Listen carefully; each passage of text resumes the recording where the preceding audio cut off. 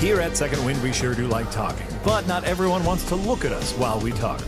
Well, good news! Our podcasts like Windbreaker, Firelink, DevHeads, and The Rewind, plus audio-only episodes of Fully Ramblematic and Adventure is Nigh are all on Spotify or your PPP, and that's your preferred podcast platform. The Adventure is Nigh plushies are here! Hey pals, wanna see my new knives? Look out, adventurers! It's the evil wizard, Mole Cutpurse! Not so naked and defenseless now, bitches! Take this! He's tough, but we can beat him with the power of friendship. And violence! Each comes with their own weapon with action magnets in their weapon in hand for action holding power! Mull this over. Oh, Victor, my trusty henchman. I need help. Wait, I don't have a henchman. But you do have a shit perception score. Crikey. Adventure is Nigh plushies with action magnetic weapons, each sold separately or as a bundle from Second Wind. No assembly required, batteries are pointless, must be 21 or older to purchase a drink from Buka. Adventure is Nigh plushies do not move on their own. If they do, call a priest. Ask your parents' permission before nothing. For a grown-ass adult, you can make their own decisions. The Adventure is Nigh Club is not responsible for any injuries sustained while adventuring.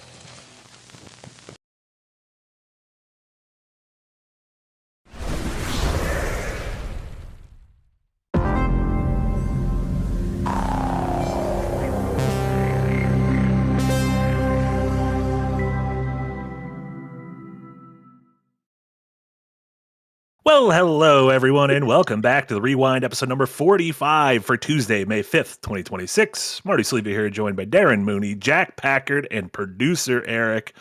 And you know what? I don't care what anyone says. May 1st, that's summer for me. That's summer, baby. Don't matter.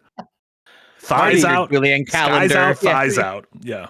Marty, on May 1st in Wisconsin, the state we both live in, it was snowing. I was in Milwaukee on Friday, and I was walking to meet some friends, and it just started snowing, and I'm like, what the fuck? Yeah. It is May. Yeah.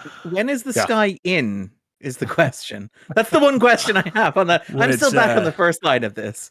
When it's like a TV tuned to the frequency of a dead channel, that's when it's in. Whoa, look at that. Someone's read a book before. Great to see you all here. We got a great show for you today. We're going to be chatting about all the stuff we've been watching and consuming on the movie and TV front. But also, since I have proclaimed that it is summer, I thought it'd be fun to just run down some of the summer movies that we have on the docket for the next few months. These would be things, most of these things I think we'll cover on some shape or form, either here on the show. Darren will touch on the backdrop or the columns, but yeah, we did this last year, so I think it's nice to kind of look at the runway in front of us and see what kind of a summer we have in store for us. Because when I was a kid, this was the best summer movies. I'd be at the movie theater every week. Looking at this list, not sure if I'll be at the movie theater every week. But also like no school as well, which is great. It's the best but also no school, thing, which is great. I think we should take 4 months for the summer off of work. I know we wouldn't be a sustainable business and we'd go bankrupt and we would lose our livelihood. But on the plus side, I could go see Disclosure Day several times. Can't stop me. Can't stop me at all. I do love that, like, every year then when we come back in September, it should be like everybody has like a new thing, like people coming back from school, like Hawaiian shirts. Darren is Hawaiian shirt Darren for the first 2 months. We just trade things. Yeah. we all just like swap things. Yeah. I'll just have like Yahtzee's accent for the fall. So that'd be great. I love it. That'd be fun, a little spicy accent. And great to see so many familiar faces over in the YouTube chat. And right off the bat, we got some donos going straight towards that goal. As you can see there, we're over a third the way towards Jack, Jess, and I continuing our Fallout mini-series, this time on Fallout 3. Which some people are trying to talk down to me. I think I'm going to have a great time. Listen, we had so much fun playing Fallout New Vegas, and really like a lot of the goofs is just like 3 people who enjoy each other's company playing a game together. Isn't Vegas the best one? This is just me as somebody who's absorbed through osmosis. Apparently the one with the best writing, a lot of people say, which was why people recommend it to me, which I did really enjoy the writing and the side stories and everything. So But yeah, you crank those games to easy, you have a good time. In and out of your life in like 12 hours. It's perfect. Really? Like you could do it in 12 hours? Ish. I think we did it in 12 hours worth of streams. I probably did another double of that offline, so I don't think that counts. But yeah, thank you, Wrathback Kid Barchetta with a $2 dono. Thank you so much. Elden Ring set has got more leaks than far-fetched. It is funny how that the leaks have stopped. So I think they've either erected a large fence or hired someone to kill the person taking all those pictures. I don't want to go over what the leaks are. I've looked at all of them, but it is wild just seeing a bunch of stuff where I'm like, oh, they're just really going. They're just filming the intro to Elden Ring. When they go over all that stuff, they're just filming that. So yeah, I'm still very excited for this movie. I do think they've probably murdered the person who was leaking that, though. My favorite part, or they're filming inside the church, or they just. What if we go inside a place? Yeah, and they've let them in. They're like, yeah, you want to keep leaking? That's just free publicity. Yeah, we don't care. Go ahead. Yeah. It does kind of feel like this is the first time A24 has ever had this problem, because I don't think people are always being like, I'm gonna see what's going on at this A24 production. Like, can't wait to see the behind the scenes of Hokum. Yeah, would be kind of counterintuitive for the director of Civil War to be like, no. But in the case of my movie, freedom of the press doesn't count. You know? I'm all for freedom of the press about trivial things like international civil wars, but when it comes to making movies, do as I say, not as I do. I don't know if this will be a slight spoiler, because I mean, like, listen, if you played Elden Ring, you kind of know the story. One of my favorite leaks has been we get to see someone who looks a lot like America, kind of the queen god of the land, and someone pointed out that this movie is not going to be a direct translation to the game because America is wearing shoes, and if it's one thing Miyazaki likes, it's his bare feet women. I also like how they're like, she's supposed to be 15 feet tall, but she just looks like a normal human. I'm like, yeah, because that's how she's an actor. She's a normal human size. I don't know. Either they'll use movie magic to make her tall, or don't worry about it. She could be a normal size and it's fine. Because you know what looks silly? Really tall people compared to really like a 14-foot person next to a normal 6-foot person. It's going to look weird. It is. It's always very funny, like kind of the cutscene in the video game, in Elden Ring, in a lot of the Souls games. All of the bosses, tower over us. But then there's usually cutscenes in which you are the exact same height. But then you go back to the fight, and they once again tower over you. Exactly. Eye lines are very important, Jack. It's very important to connect. That's great. Elden Ring movie is the gift that keeps on giving. Mop Man, thank you so much for a $5 dono. Anybody have a chance to see Desert Warrior before it was pulled from theaters after check notes 6 days? Darren, can you give people a quick primer on what Desert Warrior is for people who might not know? Keeping in mind, I have not seen it. If it did not screen in Dublin, but I am fascinated by this movie. This is basically starring Anthony Mackie. If ever there's been a movie star, it's Anthony Mackie. It feels very much like a relic of like the long 2010s, where you had these kind of international movie industries around the world being like, what if we make our own equivalent of like American blockbusters? Great Wall being like the big example of that, where China's like, what if we make a big blockbuster and we put Matt Damon in it, and therefore it has like international appeal?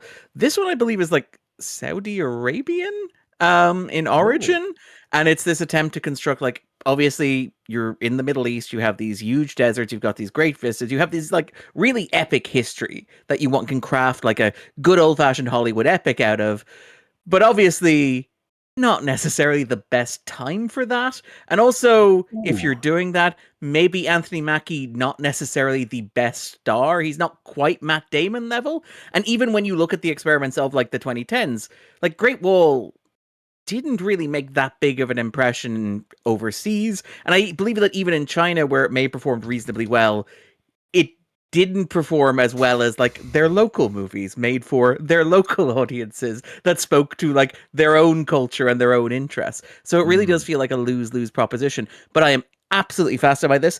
The other podcast that I do, the 250, I am desperately waiting for this to inevitably appear on the bottom 100.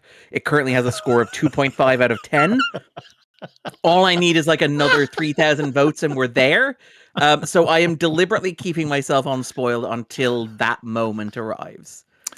Yeah, I believe it made $400,000 in like 1,200 screens, which is abysmal. This is going to be like 100 screens is insane. Yeah, like this was like $120 million movie. I think this is a historic flop.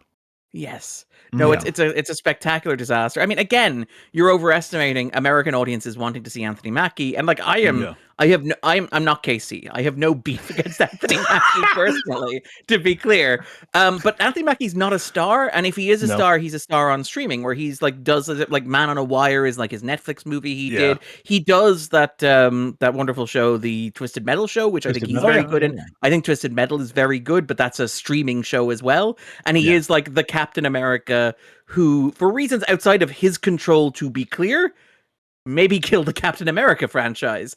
So he is not a bankable star, and it's like I don't think that Anthony Mackie could like get an American movie across the line. Asking him to get a non-American movie that nobody has heard of from a country that does not necessarily have the best public relationship with America and with general audiences is maybe a bit of an ask.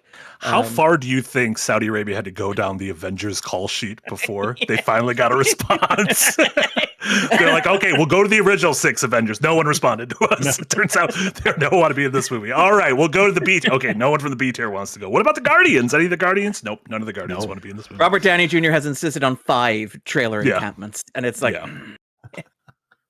I will say Anthony Mackie, though, good in 8 Mile. I like him in 8 Mile. I like Mackie in general. Like, I don't think Mackie... Has anyone made his character in 8 Mile named Clarence? Has anyone called this movie Clarence of Arabia?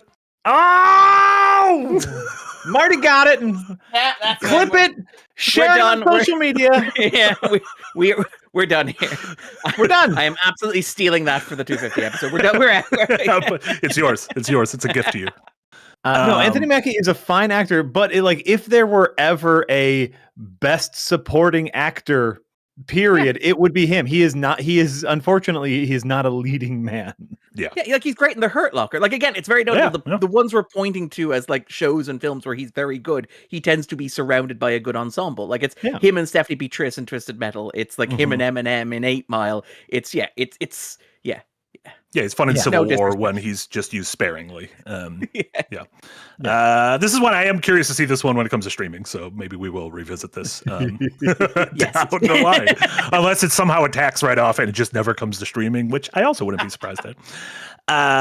Jonathan Griffin, thank you so much for $2 dono. Important questions. Marty, Testament of Ann Lee.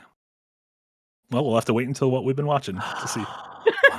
I'm keeping people in suspense. I'm keeping people in suspense. I have an answer to whether I've seen it or not. And we'll wait till Will later. It be a satisfying answer? Marty's really got a little black envelope. He's got a little black envelope. Brian Kenna, thank you so much for $5 dono. I think we need to talk about Tubi's new category, Bunch of Crunch Movie Night. Okay. Jack just lost his goddamn mind before the stream. 2 minutes before the stream started, I lost my goddamn mind because someone shared in the Rewind Discord channel a screenshot of Tubi, tubitv.com, where they put new releases, Tubi originals, comedy, drama, and one of the categories on Tubi is Bunch of Crunch Movie Night. Now let me ask you a question. The person on this podcast who constantly talks about Tubi, what's the other food thing that they talk about when referencing going to see movies in the theater? It's Bunch of Crunch. So you tell almost me Andrew why... Dice Clade there.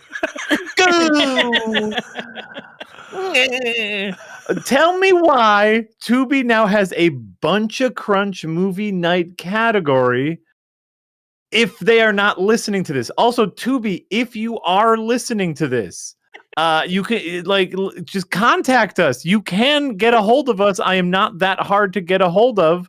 You can go to jack.packard@secondwindgroup.com. That's my email address, jack.packard@secondwindgroup.com. You just email me. I had to double check what my email address was. Or reply to any of the many emails that Jack has sent you. Or reply to any of the emails that I sent you. Let's work something out. Clearly you're listening, or else this is the world's greatest coincidence. Jack and Jill is in that list. Like they put your name on it, Jack. Like it's yeah.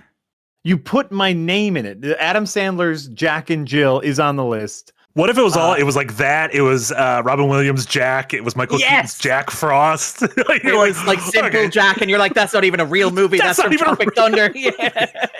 I did I looked through the by the way, there is exactly one movie in this category that I would recommend. That will be my To Be Fair. Nothing else I would recommend, but I did look through them to see if there was if it was like like Jack and Jill, and then the next one is like email us and the next movie was like Tonight or something like that, to see if they were trying to tell me something. You've started putting the first letters of every movie in the category together to figure out a hidden code. No, that doesn't work either. Okay. Secret message.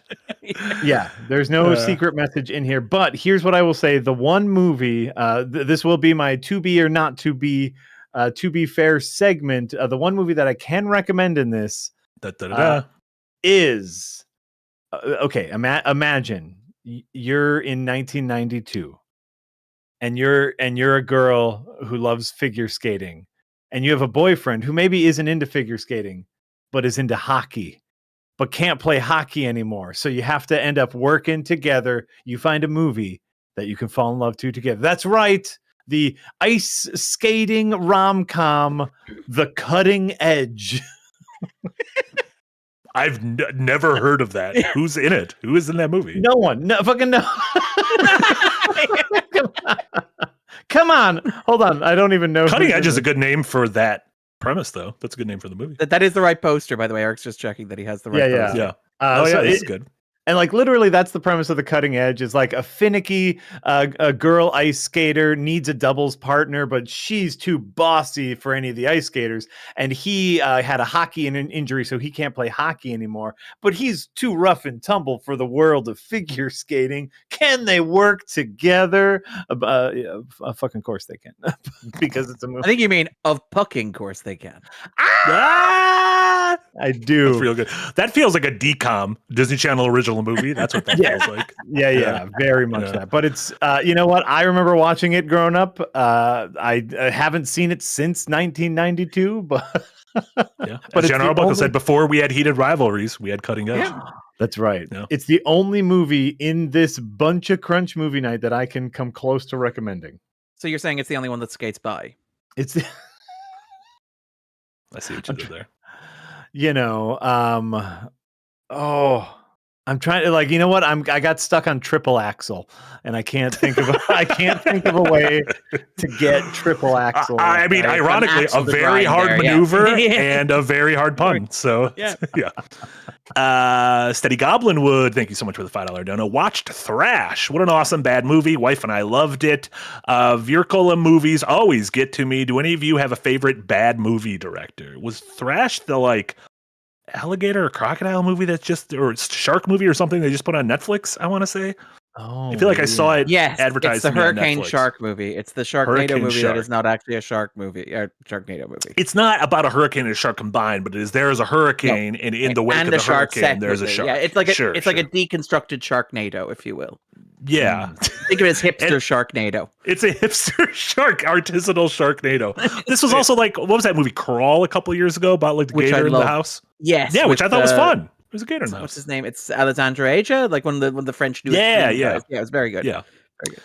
A little bit of pepper. Do you guys have a favorite bad movie director? I'm sure, Jack, you do, right? I mean, you've made a career on bad movie right? directors. Obviously, obviously your Neil Breens are never going to disappoint. Because Neil Breen will never understand that he's making bad movies. He will just continue making his art, which I think is great. But here's what I'll say, because I know they're controversial. A movie director who I think makes schlock, but good schlock, is Roland Emmerich. I'm ride or die for Roland Emmerich. Moonfall, one of the greatest of all time. I'm here for it. Don't shake your head. Moonfall is great, and I refuse. Anyone who says they didn't like Moonfall, I believe, did not watch Moonfall. Okay. All right. We retract our I opinions. wish I didn't watch Moonfall, so I'll accept that. It's so much fun.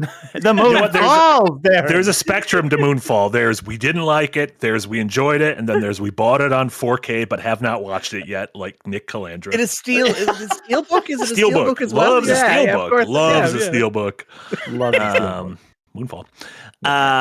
Jonathan Griffin, thank you so much with a pair of donos. $25. Thank you so much, Jonathan Griffin.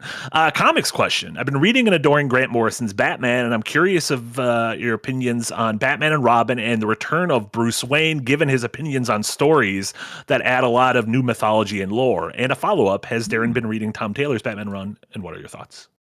I have not been reading Tom Taylor's Batman run. I'm recently been reading Chip Zdarsky's run recently, which I did not care for. Quite looking forward to getting into Matt Fractions. I think Taylor's doing Detective. Taylor did Detective after Rom V, which is like one of my favorite detective comic runs of all time. Sorry, this is a whole bunch of names. Darren's just throwing names out. But in terms of Grant Morrison's Batman run is one of my like favorite comic book runs in the history of the medium. We've talked about it before on here. It's recently got a whole bunch of new collections. The Absolute collection of like Batman RIP came out earlier last month. Absolutely beautiful. They're re-releasing Batman and Robin in Absolute later next month, which I'm really looking forward to as well. And like Batman and Robin, which is their second act. So the run is structured around 3 acts. The first of which is, how they take the Batman that they inherit and get them to the point where they want to tell the story they want to tell. The second act, which is Batman and Robin, which is basically Bruce Wayne is no longer Batman for reasons we do not have to get into. It follows a story titled Batman RIP. You can probably do the math yourself. But basically, Dick Grayson has taken over the mantle of Batman, and with him, he's taken like Bruce's psychotic son, Damian. And so you have this really interesting basic celebration of the parts of Batman lore that have been largely brushed aside in the past, well, at the time it came out, over the past 40 years. We're talking about like the 1960s TV show, for example. But we're even talking about like the neon camp of like the Joel Schumacher Batman Forever and Batman and Robin. Basically the parts of Batman canon that were like eclipsed by the Tim Burton movies, Batman the Animated Series, the Christopher Nolan movies, the very dark, very serious, very heavy Batman stuff. And Morrison really pushes back the weird, eccentric stuff. And I absolutely love it. It's my favorite part of that run. I think it's like some of the best comics ever published. I think the Frank Quitely work on the first 3 issues is some of the best looking comic books ever published. Incredibly kinetic. It has that kind of Batman 66 onomatopoeia stuff where the special effects are spelt out in the art, which I just love so much. But it is also like about things, and it's about like Morrison's conception of Batman, but it's also about Morrison working through the divorce of their parents through a Batman comic, which is kind of incredible. And the Return of Bruce Wayne is like the kind of the wanky version of that, which is like Bruce has to like make his journey through history towards from the dawn of man to becoming Batman again. And it is this Morrison reconstruction of Batman where he begins with nothing, in the same way that you are born with nothing, and he journeys through time like a missile, picking up various parts of his mythology and his character and his history as he goes. So as a caveman, he discovers that bats are cool, and he has like a teenage sidekick. And then, he's a pirate and a buccaneer, so he has like ropes and sexy dominatrix women and stuff like that. And it basically, as he goes, he kind of rebuilds the idea of Batman from the outside in. And it is beautiful comics. And it is that kind of Morrisonian meta comic stuff where it's like, these are not just comics about like Batman and Wikipedia. These are comics about the idea that like these superheroes and these characters exist in a context of American mythology and storytelling where you go from, stories of pirates, stories of cowboys, stories of private detectives and gangsters. And the superhero is just one more iteration of that, which is like a really clever, thoughtful way of looking at it. Sorry, that's been a long, rambling answer. I apologize, but I love that run so much. It's this short answer to that. Sorry, Jonathan. Darren, you need to stop apologizing. The reason we keep giving you money is because of your long, rambling answer. Yeah, because the only Batman, we haven't read Tom Taylor, but Jack and I have read Tim Taylor's Batman comic, which is set on the set of Tool Time in Detroit. Rah, rah, rah, rah. You want to shout out Tom Taylor is an absolutely incredible writer with like he's the guy to give the the unworkable premise to. So you know the Injustice games. You guys play video games. You know the Injustice games. We've played The basic premise of the Injustice game is the Mortal Kombat, but with Batman stuff, where it's like Superman goes crazy and becomes a fascist, which is not the greatest like starting point for a narrative story, but a fun place to start to beat him up.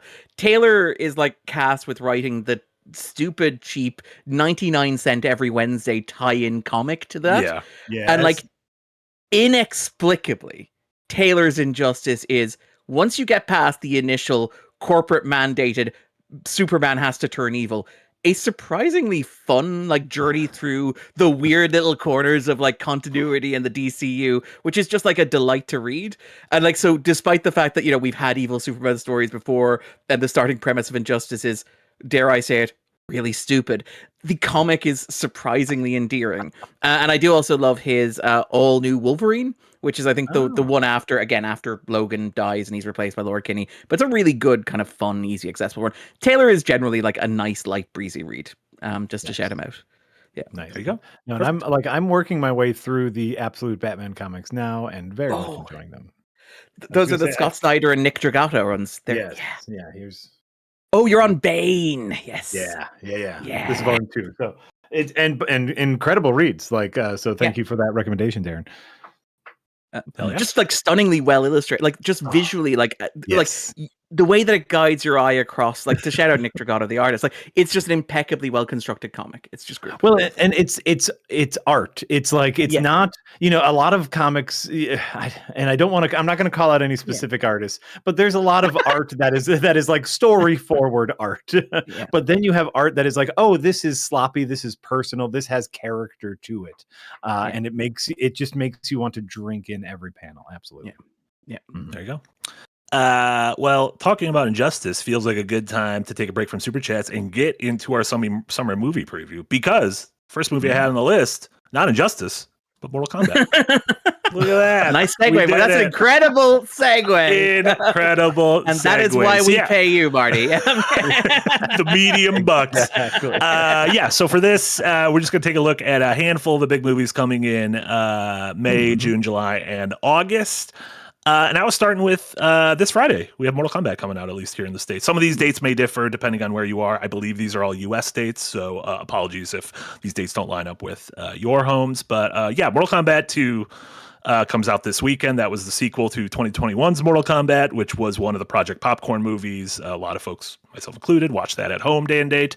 And this is joining a pretty packed slate of video game adaptations this year, which have kind of run the gamut from your Return to Silent Hills to your Exit 8s, which were great. Mario Galaxy. Apparently there was a Mortuary Assistant adaptation that came out based on like the indie game Mortuary Assistant. Yahtzee and I played that. I had no idea, but just saw that out when researching that. And then we have Resident Evil and Street Fighter. What was that? Yeah, there you go. I like it. Darren, I saw you mentioned that you rewatched Mortal Kombat 1. What was your take? I think that was before we were podding. What was your take on the Mortal Kombat from 5 years ago? And Jack, same thing. I do not care. The reason I watched it, obviously, is that Mortal Kombat 2 is coming out this week. And the thing is, like, there is a certain amount of, like, spoiler going on here where, like, there is some pre-game meta-analysis you can do, where Mortal Kombat 2 was originally supposed to release, like, in October last year, which would be kind of like a graveyard slot. A movie doesn't cost that much, doesn't need to make that much kind of slot. And then Warner's move it right into the May 8th slot, which is the big Marvel movie slot. The slot where you released your Iron Man, your kind of Guardians of the Galaxy, your Ant-Man, your Avengers, or whatever. And it's like, the read on that is that this may actually be good. And obviously, I love Urban, kind of the lead actor playing Johnny Cage here. Incredibly charismatic screen presence. Delighted to see him leading a movie again after Dread. So I was like, you know what? I didn't really glom to like Mortal Kombat 2021, but it seems like a lot of people did, and the sequel looks like it could be fun, and it seems like the sequel, based on what I've been hearing, could be good. So I should like give that movie another go. And I still do not care for that movie. Is the problem, unfortunately.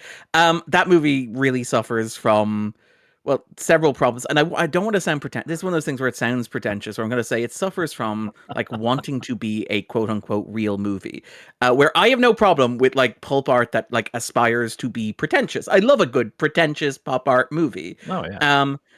the problem for me with like Mortal Kombat is that it doesn't commit. So it's like, what if, and hear us out here, we tell you the epic story of Scorpion and Sub-Zero and their long-standing feud. And I'm like, you know what? You cast Hiroyuki Sanada in that? I'm in. It's like, cool. How about we also tell you how Jax lost his arms? Like, I don't feel like I need to know that. Like, how about we also tell you how Kano got... I'm like, no, stop, go back. To the point where, like, this movie is like, obviously it's full of Easter eggs, it's full of lines, and it's like so kind of pretentious about it in a way that is really distracting, where the Paul W.S. Anderson Mortal Kombat is not high art by any stretch of the imagination, but it is also like not ashamed of what it is, and it is just a fun time. And so like they play the what's the music called? But the Mortal Kombat. They just play your might. Right, yeah. yes. Oh, of course. It's great victory. And just do that, which is fine, because it's like, I understand the appeal of that. The problem with like this movie is that like they keep having things happen and then like have like Shang-Chi just say, not Shang-Chi, sorry, have one of the characters say that was a flawless victory. And I'm like, if you're going to say flawless victory, you have to do the voice. You can't say it like it's dialogue. You can't have somebody just go, you know what 2 words popped into my head to describe this situation? It was a flawless victory. And like so much of the movie. And then Miles Teller like looks over and says, hey, what did you just say? Yeah, like, man, say that again. This combat's it's deadly. This combat's like, oh, it's like reminding me of my mortality. What did you just say? And then goes, I was like, we're not Street Fighters. Like, no. That's a different one. I still say the cowards should have put these movies out on the same day. If you want to recreate Barbenheimer, put Street Fighter and Mortal Kombat out on the same day. That's how you do it. But I don't want these fucking Beatles movies out on the same day. I don't need 4 Beatles movies out on the same day. Give me these 2 though. To make that work, Marty, they would have to have so seriously different tones. Is Mortal Kombat 2 the Oppenheimer and Street Fighter the Barbie? I think it is. I think Mortal Kombat 2 is going to be more serious, and Street Fighter is going to be for the sophisticate amongst us. But yes, so no, and like it also like it on top of that, it gives you like this original character who has like a family backstory that you don't care about, and has like, again, this is the real movie problem of it, where the main character played by Louis Tan has like this arc where he's just like, you know what, I'm an MMA fighter, but I don't like punching people. And it's like, so your arc in this movie is that you're an MMA fighter who's going to learn how to fight. And it's like, yeah. And I'm like, okay. That's not what... Maybe you need a second. Maybe the first draft is not the best draft. Like, what if the movie is just a fun fighting tournament with cool fight scenes? And it sounds like that's the second one. And I'm like, okay. Yeah, which good. I'm looking forward to, because it's got like Johnny Cage, who's like a great character. And it actually, again, one of the primal sins of like Mortal Kombat 2021. It does not feature the tournament. Like it's 2 hours long, and at the end of 2 hours, they're not even like the tournament has started. They're like, you know what? We should really start gathering people up to go to the tournament. And I'm like, no. Yeah, some real Surf Dracula shit right there. It is like, though, there was, like we mentioned, this was one of those movies that came out during the pandemic, and it was like a new release, a big movie that you could watch. And like, I have not rewatched it, but I still have my rose-colored glasses from that time. Going, it was like Tiger King to me, where I'm like, thanks for getting me through it, Mortal Kombat. I'm never going to watch it. No, I will probably rewatch this before the one this weekend. But I have a feeling I'd feel similar to you, Darren. It was the most watched of the Project Popcorn movies, which is fascinating. Like it was more watched on HBO Max than Dune, for example. Oh, okay. Yeah. That's really sad. That's really sad. Dune's really good. So by doing that math logically, like Mortal Kombat 2 is going to make $1.5 billion, right? Yeah. Yeah. Perfect. It's more. It's mortal time. Mortal in time. Mortal in time. I think like Marty, that's a really good comparison though. Is like comparing it to Tiger King, because as someone, I don't watch reality television, and I never have, and I've always hated it. But all of a sudden we're trapped and we just need something to distract us. And you know, Tiger King was that. And I feel a little bad watching it now. Yeah, you could look at the same thing like Animal Crossing. Not that I don't think Animal Crossing is a bad game, but I do think part of it's the beloved stature is the fact that it released right at the beginning of the pandemic, and people were like, "Oh, a sense of community in a very scary time in human history." In a virtual space where I don't have to leave my house to do it, but I can imagine having an infinite space to make my own. Exactly. Yeah. People are just sharing nice things. So, yeah, that'll come out this week. So I'm sure we'll talk about it more next episode. Really quick, on the 22nd is The Mandalorian Grogu. Not much to say about that. I'm sure we'll talk about that afterwards. Jack, you are more than welcome to be there that week if you are done. It's coming out the 22nd. So we won't talk about that until the 2nd. June 2nd. June 2nd. Heads up, everyone. I'm taking June 2nd off. You got that? You got diarrhea that day? I'm planning on having diarrhea that day. So okay, perfect. We'll get the other big Star Wars fan at second wind. No one. No, it is crazy. Just 10 years ago, if I would have told myself a new Star Wars movie is coming out and my excitement for it is lower than my excitement for the Backrooms movie the following year, right? I'd say, what are the Backrooms? And I wouldn't believe you. But lower than the He-Man movie. Like, that's literally lower than the He-Man movie. My excitement is literally lower than the He-Man movie. Yeah. No, that, but like even if you went back like 5 years or back to the start of the pandemic, because remember when the first season of The Mandalorian hit like crack cocaine? It was an event. Yeah, it was great. Yeah. You know what? It was great. But I have mentioned this movie in public spaces, like amongst friends, amongst colleagues, over the past couple of weeks. And what I've heard is, wait, that movie's coming out? I think the general consciousness, the general collective of humanity doesn't really care anymore. And everything they've shown just kind of looks like an episode of the show. Like nothing about it looks cinematic, really. We're just I mentioned it to another podcast co-host I have that we would be covering that movie, and he was like, "Oh, that's coming out. That's still coming out." I think was his exact line. Yep. Oh, they're still doing that. That's cute. Yep. Then finishing up May 29th, The Backrooms, based on the kind of the viral creepypasta videos, directed by the creator of those creepypasta videos, 20-year-old Kane Parsons. Yeah, A24 given the bag to a 20-year-old to direct this movie. Yeah. I think the previews look fucking cool. It's got Chiwetel Ejiofor, it's got Renata Rensve, like it's got a good cast. Like I don't know, I'm genuinely looking forward to this movie. I always think the Backrooms and the rise of liminal space and online creepypasta horror, I think is kind of cool. I mean, it's like a generation below me, but I think it's cool. I don't know. I like it. It's like the kids are doing stuff for themselves, which is actually always kind of cool. I always had that fear that I would be like anxious about being like replaced. I'd be like, oh my God, the kids are coming and they like Labubu's or whatever it is. Like, actually, the kids maybe have good taste in this instance. Good for them. Right? No, and I think this is one of those, it's one of those kind of horror concepts that is uniquely Gen Z. Like it is a uniquely young person vibe, and like good on A24 to be like, hey, we're too old to understand this. You go nuts. We'll produce. We'll get you some stars. We'll get you a budget. Yeah, you go nuts. Well, isn't the Obsession, which is also coming out, I think, a couple of weeks from now, is also another YouTube creator as well. Like it is great. It's another. I believe it's another YouTube guy. I don't know. I may be wrong on that, but like. It's incredible that they're just going again, picking your YouTube guy. And obviously there's Stuckman there, and Iron Lung was made outside the studio system or whatever. But it's great that studios are just going, it used to be music videos that you could prove your talent on. Now you do YouTube videos, and if they're cool, maybe you make a movie. Maybe you do that. Maybe that's a progression that you can go on, which I think is just, again, it's I feel obsolete, out of date and out of touch, but not in a bad way, which is fascinating.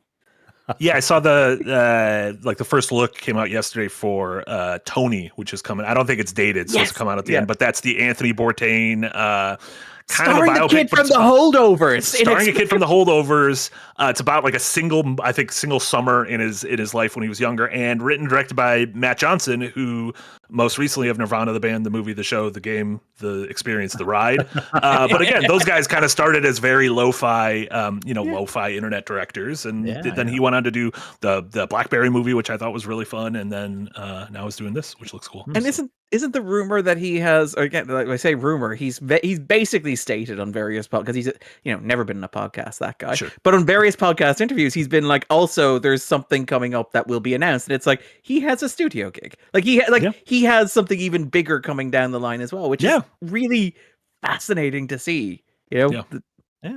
Got them. Beautiful. June 5th, we got a pair of movies. Masters of the Universe and Scary Movie. Jack, you can only see one in theaters on June 5th. Are you seeing Masters of the Universe or are you seeing the return of Scary Movie? Listen, as someone whose mother would not allow them to watch Saturday Night Live, but inexplicably would allow them to watch In Living Color. I cannot tell you the rationale behind that. I love Jack's mother as a progressive queen, where she's just like, what? Yeah. Listen, my mother, who grew up on the farm that I also grew up on, was nothing but In Living Color and En Vogue and Salt and Pepper. That was my childhood.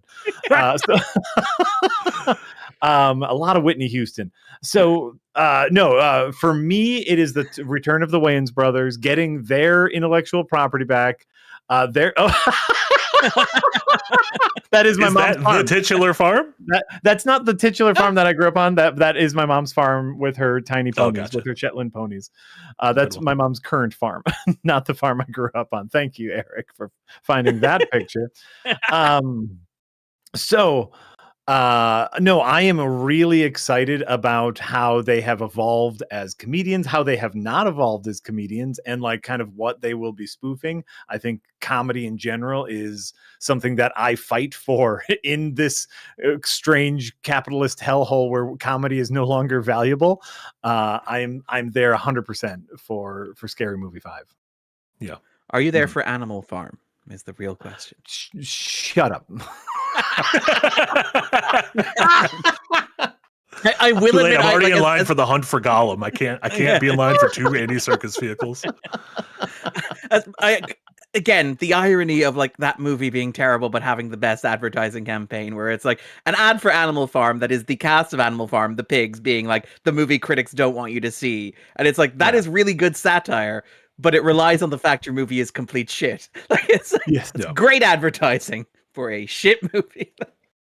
I will say for He-Man, I think He-Man was slightly before my time. However, I have an older brother, 5 years older, who he was obsessed with He-Man as a kid.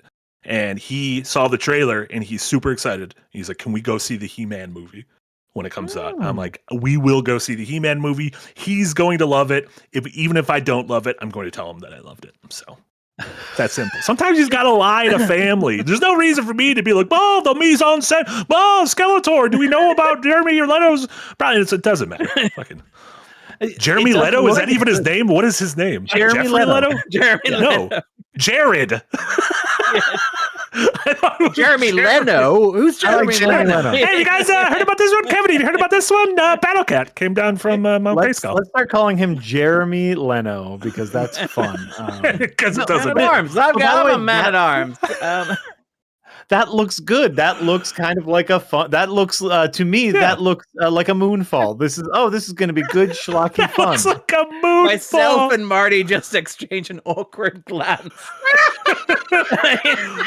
As next week on Tubi, you have like moonfall adjacent films. We're like, all right, what's going on here?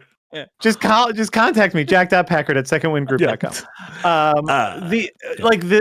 And by the way, to make sure I clear the air, if you don't like Moonfall, I get it. I get it. It's no like Testament of Ann Lee where there's a clear line in the sand and you have to be on one side of it or the other. We just call that line good taste, Marty. Yeah. I still don't know which one of you liked it, which one of you did it, which makes it very exciting. We'll find out. June 12th, something I think we could be more excited for is Disclosure Day, the new Steven Spielberg movie, in going back to the Alien well. In Spielberg we trust. I'm a little shaky on the screenwriter, David Koepp, Peawalkie's own David Koepp, but has written the director of the last Jurassic Park movie. Yeah, I mean, he wrote the first Jurassic Park movie and Stir of Echoes, which is a banger. But he also writes a lot of bad movies. Yeah. So Great. but always excited for Spielberg. Great cast. Trailers have been cool. I like him going back to his Alien well. Yeah. Looks fun. It's the idea of a summer blockbuster from Spielberg. This is the first time since, like, when was his last proper? Was it Tintin? Oh, Ready Player One is probably like his last attempt. We don't need to talk about that. We don't need to talk about that one. There's a reason that went in the memory hole. But yeah, aside from, but like that's nearly a decade now anyway. So like, yeah, I'd like not to get morbid, but like, you know, directors like him and Spielberg and Michael Mann and Ridley Scott have a finite amount of movies left in them, so I am going to be excited for their releases while they are here. I am so delighted that Martin Scorsese is spending like his last years on Earth being in Jonah Hill movies. I think that's just a really fulfilling use of his time. And Seth Rogen Apple TV shows. Yeah, but that's actually good. That is actually a good. To be fair, like, having seen the Jonah Hill movie, Scorsese is the best part of it. Like, it's a really odd thing to come out of a movie and go, you know who gave the best performance in that Jonah Hill movie? Martin Scorsese. Does he just play Martin Scorsese? He plays like a washed up child actor agent who works out of a bowling alley and has like a weird pathos to him. And it's like somehow that is the perfect energy for Scorsese. That sounds very fun. That weird sense of like, you know, I'm good at what I do, but people don't respect me enough, and I'm really sad about it because I'm Catholic. Yeah. Funny. June 19th, pair of movies. Toy Story 5, and then The Death of Robin Hood, which it's almost like Old Man Logan, but Robin Hood starring Hugh Jackman. Written, directed by Milwaukee's own Michael Sarnowski, who he previously of Pig, Quiet Place Day One, and the upcoming Death Stranding movie. Yeah, I like Pig and A Quiet Place Day One quite a bit, and so I'm excited for this movie. I feel like I've had enough Robin Hood movies in my life, and most of them have been kind of bad. But I'm curious. I like seeing like an old dude at the end of his rope. Honestly, that's what I felt. That's how I felt about Logan.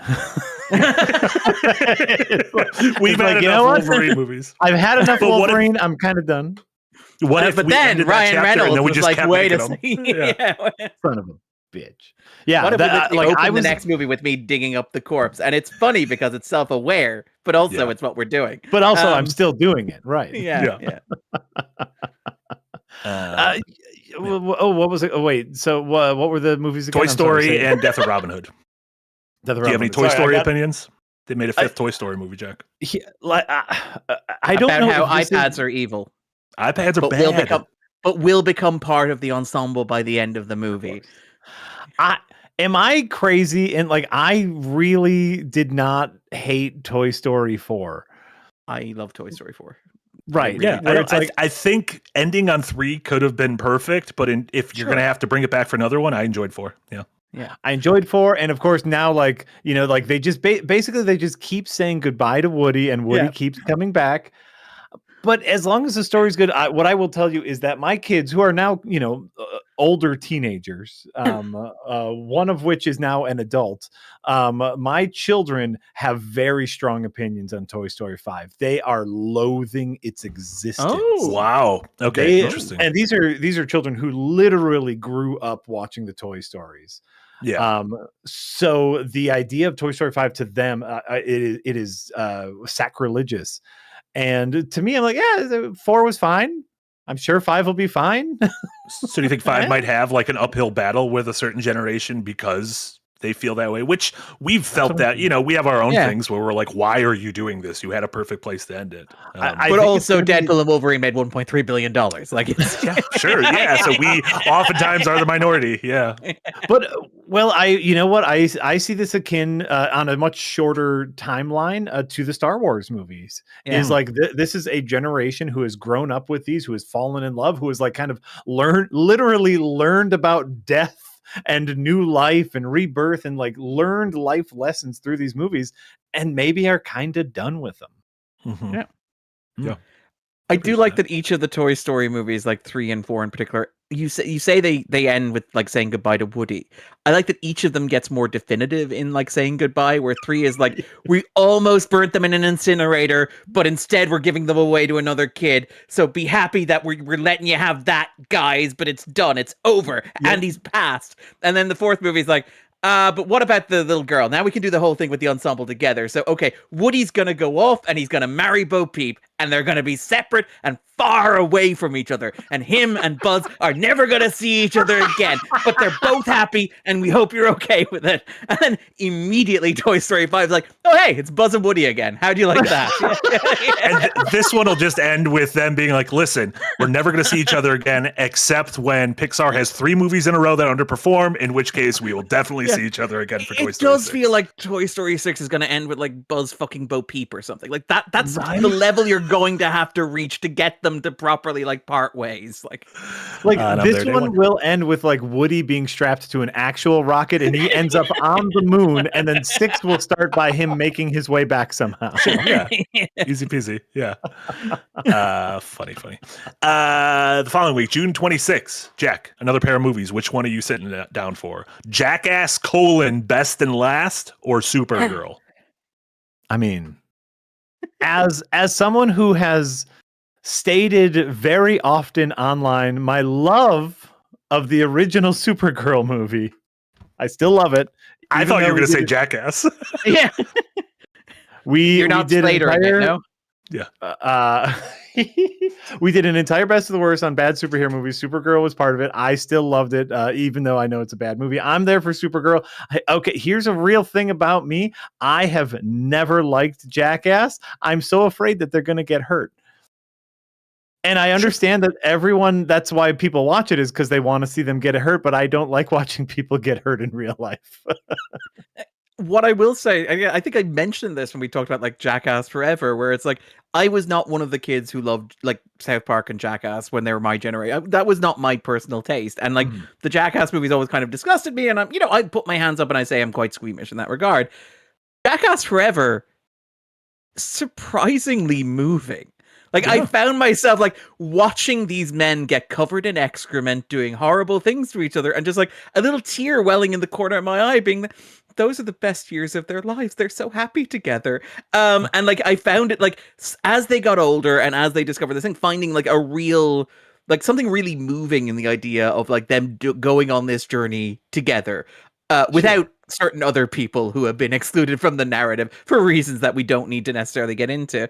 I do find it interesting how quickly this turned around, because I do get the sense of like, this may actually, again, we're in Toy Story 5 territory. This is Jackass 5. This may be the last, like, because there is a very firm limit on that, unless they go a reboot path. But I think like nostalgia prohibits them going a reboot path. And even with the last one, they kind of tried to like introduce the younger generation, which I thought they'd run with and like have like a streaming series where it centers on the younger generation, and then you occasionally have like one of the older guys, come in to guest for an episode, because Johnny Knoxville doesn't need any more concussions. Like they're fine. He wasn't he like knocked down in a rodeo during the making of 4 and had to be absent for like months? That's not good. Yeah, don't do that. No, I love Jackass. Jackass is great. So you're saying you're gonna Jackass instead of Supergirling? My secret is I'm gonna do both. I know I say I offered an either or. I'll do both. Can't stop me. False choice. False choice. Choices for you, not for me. That is, like, legitimately, I do not understand people who like Jackass. I like, because I've seen a couple episodes and it's just like all I do is cringe because I don't want those young men to be hurt. Assume they're not die. I assume. Yeah, I'm about to say the fact that it makes it to air. The movies come out. I assume they're not dead. It would be a great thing at the premiere to unveil a coffin. Like, it would be just like, and I say great thing, but it would be like, it's like White Lotus, though. You don't know which cast member it is until the end. Right? July 10th, Evil Dead Burn. I don't have a lot to say about this other than this. They just fucking keep going with this franchise. What is it like? Doesn't Sam Raimi have Evil Dead Rat coming out next year? And this is not related at all to the Lee Cronin Evil Dead, correct? No. This is just its own thing. They just make an Evil Dead that it's its own thing, which I'm like, I guess that's fine, but yeah. But this happens in the middle of the whole Resident Evil shtick, where like obviously the trailer for Resident Evil comes out and Gregor gives his interview. He's like, I'm trying to capture the spirit, not the continuity of the games. And everybody loses their minds. Whereas Evil Dead Burn's like, there's maybe some spirits in it. What do you want? Like, it's like, we're going to call something a Deadite at one point. That's about the best connection. Necronomicon. Incredible. July 17th. biggie of the summer. Maybe the highest grossing movie of the summer. Definitely contention. The Odyssey. I think Spider-Man takes it, to be honest. But yeah, I will agree with that. Is the Odyssey? Do we know? Is that R-rated? PG-13? I assume PG-13. I don't know yet, actually. I would assume, yeah. And it's under 3 hours. It's shorter than Oppenheimer. The rumor is it's coming in about 2 hours 20, 2 hours 30, which is for Nolan a brisk stroll of a movie. Yeah, incredible. Yeah, new trailer came out last night. I think night or two ago. Christopher Nolan was on Colbert. Yeah, talking about the movie, showing the movie off. So.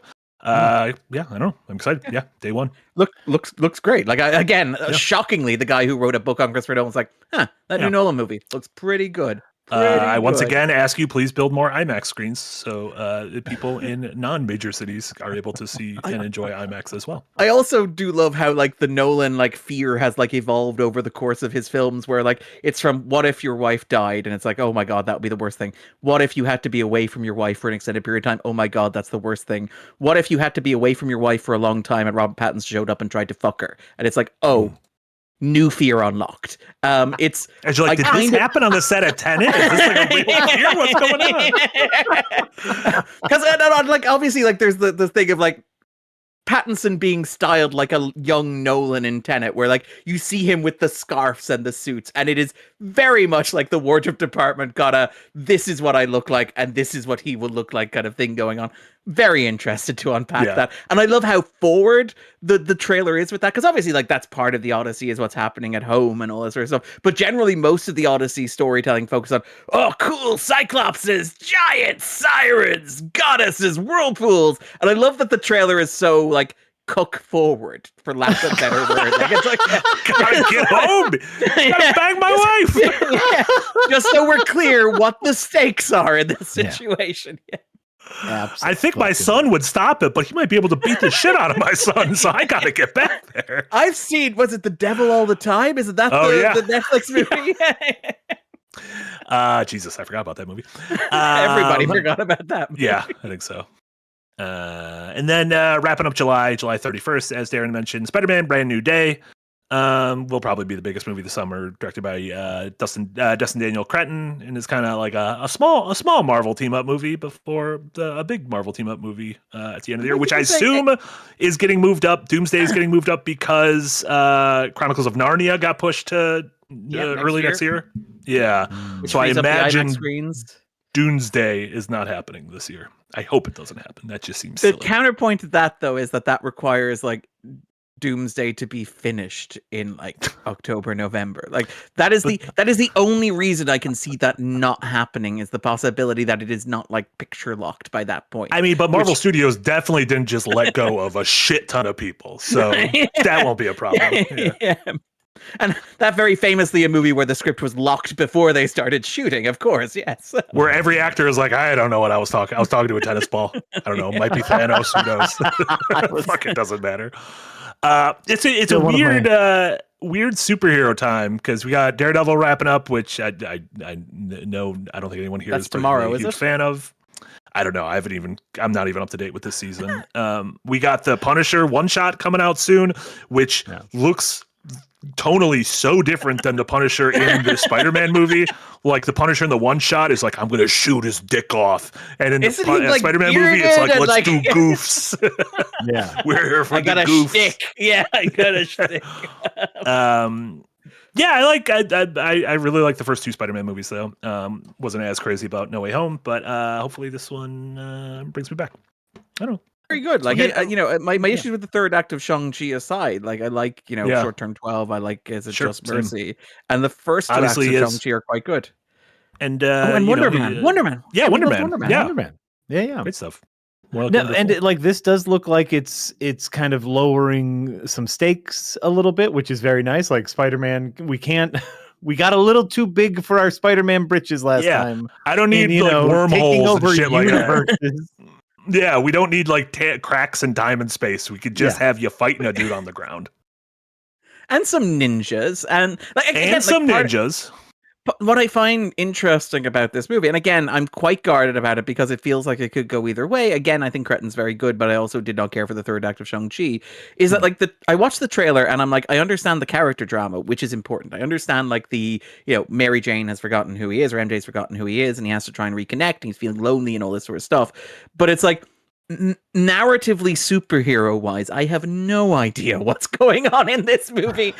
He's fighting ninjas, the Punisher's there's a person who's stolen a tank, also the Hulk is involved somehow, and Peter is transforming into a spider, and it's like, there's a fun way of doing that where it's just doing a bunch of like a week in the life of Spider-Man, and it's just like there is no big bad, and it's just a bunch of stuff that happens in Spider-Man's life, which would be a fun way to make a movie. We talked about that with Superman last year, the idea of doing like just a week in the life of a superhero, which would be more suited to a hero like Spider-Man, where the whole shtick with Spider-Man is it just keeps interrupting his life, and it's like a movie where all of a sudden ninjas are invading prison and it's never mentioned again, or the Punisher is riding a tank down like Central Avenue and it's never mentioned again. All while Peter's trying to lock down job interviews and like deliver the paper or whatever the hell he's doing. That's like literally Spider-Man shtick. That could be great. I'm like, that could be really exciting, but there's a part of my brain that's also like, but it could also not be that and all be part of one big gigantic plot that involves like the end of New York City. And I'm like, no. Yeah.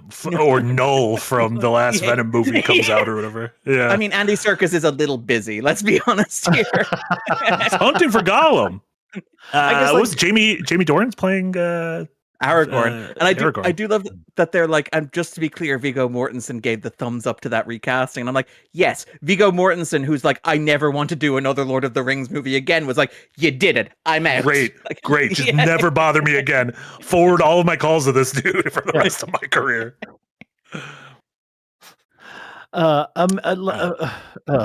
Sorry. I'm sorry. I just remembered that The Hunt for Gollum exists. Thanks for reminding me, jerks. Don't worry, it's only one movie now. It was two, but now it's one movie, and there's a second unrelated Lord of the Rings movie coming. We Hunted Gollum. Oh, that's right. The one that Colbert is writing.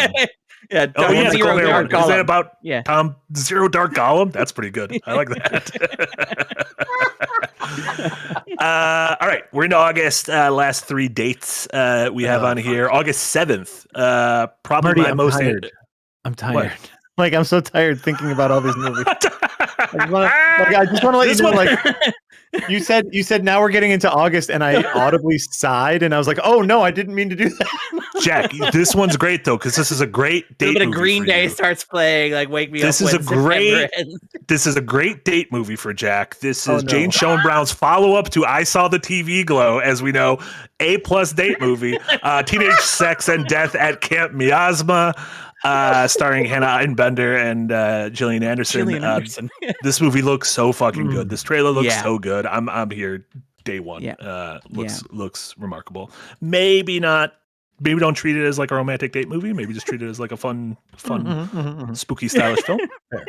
Just sitting on the couch afterwards in complete silence for 20 minutes. When he's in that birthday party and fucking screams because he realizes what he's Jesus. Really 1 looking week forward later to this one.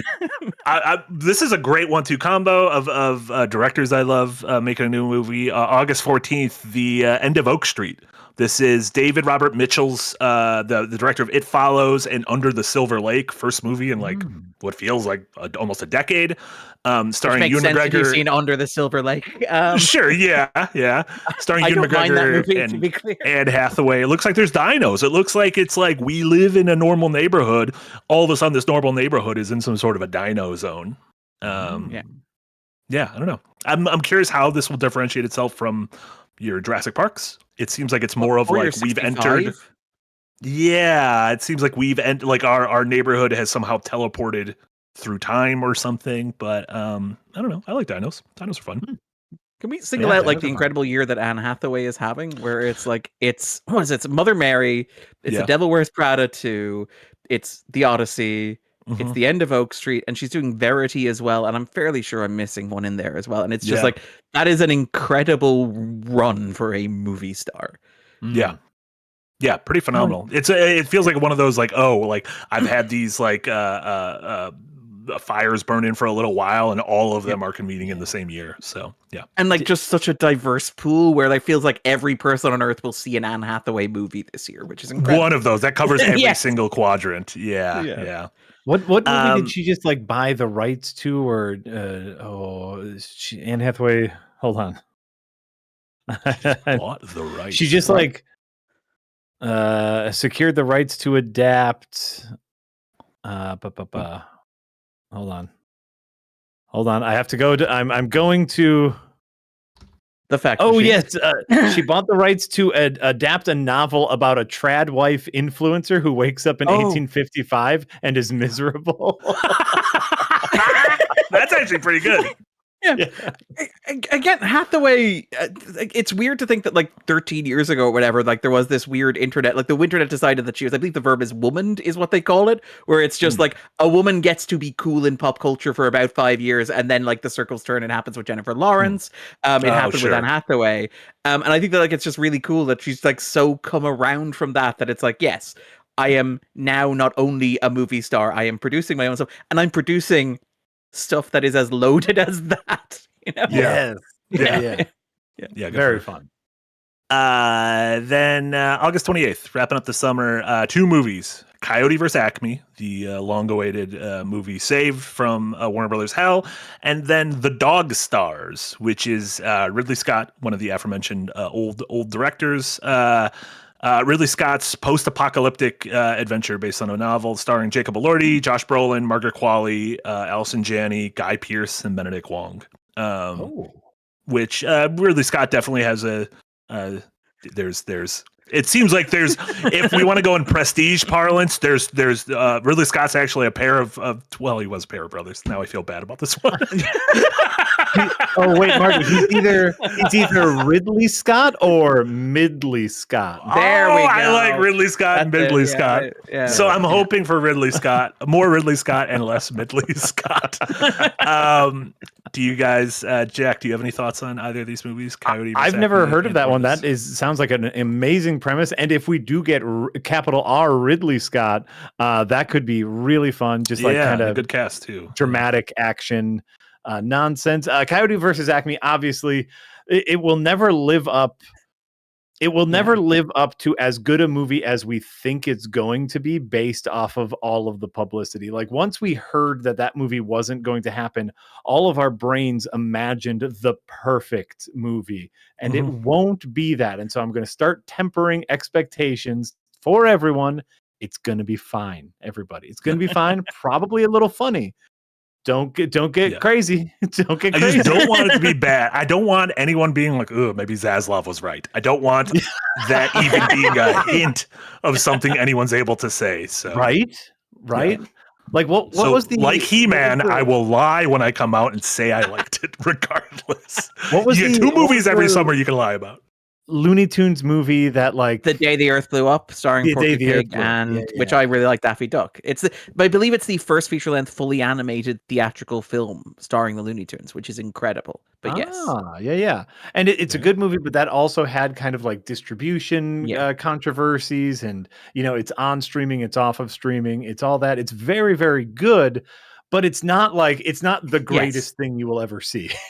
Yes. Yeah. No, it's like a perfectly fine. If I had seen that movie at 8, it would have made a great impression on me. Of course. Which I like a lot. Which I'm going to be sensitive to, And so those of us who are on the internet, let's just start like publicly tempering expectations, going like, oh man, Coyote vs. Acme. I bet it's going to be pretty fun. Pretty fun. Perfectly not adequate. The most fun ever. Again, it's an August release, not a July release. Like the fact that it's being put in August, again, even by Ketchup Entertainment, who are a distributor who don't necessarily know how to distribute, like which is grand because the circumstances in which the movie is being released are unusual. But like it is being put in August, which is the point where it's like if this were a surefire hit, it would probably go in like the week between the Odyssey and Spider-Man. Like it would probably especially go this. Like by August 28th, at least for me, like we were often back in school by then. Yeah. Like, like if you're gearing a movie, and obviously this movie has a little bit of the, Who Framed Roger Rabbit live action stuff, which probably ups its target audience a little bit, and also kids love the we courtroom glossed drama. over. Kids are all about like primal fear. Like it's like We skipped a lot of movies throughout the summer, but there's like a new Minions movie, so there are like a bunch of random kids movies sprinkled throughout the summer that we didn't gloss over. So I don't know. Hope it's good. Like I am Ravenos says, I take it you didn't see the trailers. I've seen the trailers for Coyote versus Acme. I think it's going to be fine. I think it's going to be an adequate movie. Mm-hmm. The trailer is leaning very hard on the production history of the project, which I understand, but makes me antsy because it suggests that is the primary selling point of the movie. 99% of the audience doesn't know or care about or care. Yeah, that's the thing. Right. Yeah. Exactly. So maybe that's just first trailer. We'll see. I think a lot of the jokes aren't necessarily Looney Tunes jokes. A lot of them are more referential than just being jokes. So that makes me worried, but I also know how they cut trailers. And so they are probably loading this with that because they also know that'll get online buzz. Yeah. Yep. And by the way, like Jomo Slow-Mo on there being like, you say that kids love court dramas. Ironically, it's like, I fucking loved court dramas. I'm a 90s kid, baby. I was like, Laura Linney and Richard Gere, they better fuck at the end of this movie, says 8-year-old Darren as he watches like Edward Norton dismantle Laura Linney on the stand. Yes. Yeah. Like, Darren, what did you make of the Pelican Brief? I got several notes here. Most of them are to do with Denzel Washington and Julia Roberts. Why aren't they able to have sex? Is this something in someone's contract? Should we talk about this? That was our summer movie preview. I'm sure we'll be touching on all of those movies over episodes over the next couple months. Let's do some more super chats before we get to the stuff we've been watching this week. S6, thank you so much, $5 Australian. Am I drunk, or did Christopher Nolan tell Stephen Colbert that Jeff Keighley's dad and him were close friends? Hollywood and gaming circles really are the same now. I think we might have mentioned this when the Oscars popped up, but Jeff Keighley's late father, David Keighley, was one of the pioneers of the IMAX format. And obviously with Christopher Nolan being, probably the director who is most banging the IMAX drum, they've literally worked together for several decades. And even to the fact that I think the camera that the new camera is named in his honor, isn't it? Is the Keighley. Yeah. So it's the quiet one that can record dialogue. Unlike that one where they're like, it's so loud that we literally just need to put it in your face and we can't hear shit. Well, I mean, Benny Safdie being on the set of Oppenheimer being like, is this going to explode? When a director is worried about that in your movie, that's probably worrisome. Yeah. Did you also similarly, did you see the behind the scenes sequence from Severance with the the radial arm camera and just how fucking loud that thing is? You have to have real faith in post production that you're gonna fix this, right? This isn't gonna sound like garbage. Yeah. I also just want to take a moment to recognize that we make fun of acting to tennis balls, but it is a craft that modern actors need to do, acting to tennis balls and ignoring things that sound like they're going to explode and kill you. Yeah.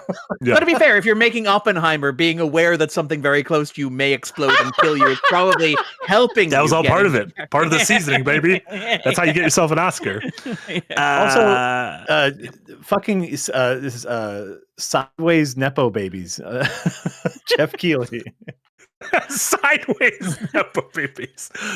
Again, video games are everywhere. I was listening to, was it Nia DaCosta talking about how she was playing Uncharted, and is it when she was making the Bone Temple kid Spike, I can't remember the name, is it Spike Fern, but mocking her for not finishing Uncharted quickly enough, and she's like, I'm directing a fucking movie.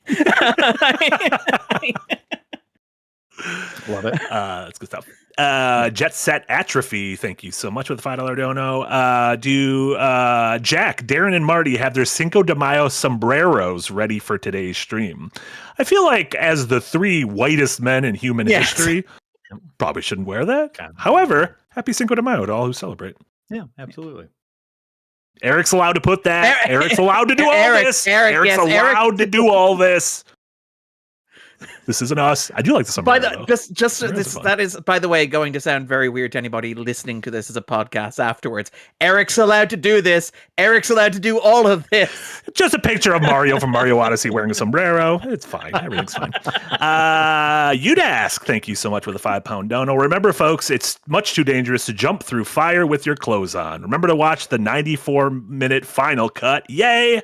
More Fallout. What is the 94-minute final cut? I do not understand what were we talking about back then? I'm sure it was something we were talking about back then. There was just no way we could know. Jackass movies, or no? Was it earlier than the Jackass? This would have been earlier. This would have been like in the Tubi, around the Tubi time. Okay. Did somebody jump through fire in that ice skating movie, Jack? I don't remember anyone jumping through fire in the ice skating movie. That would be quite a twist. It's like your final boss is fire. You've trained to skate on ice.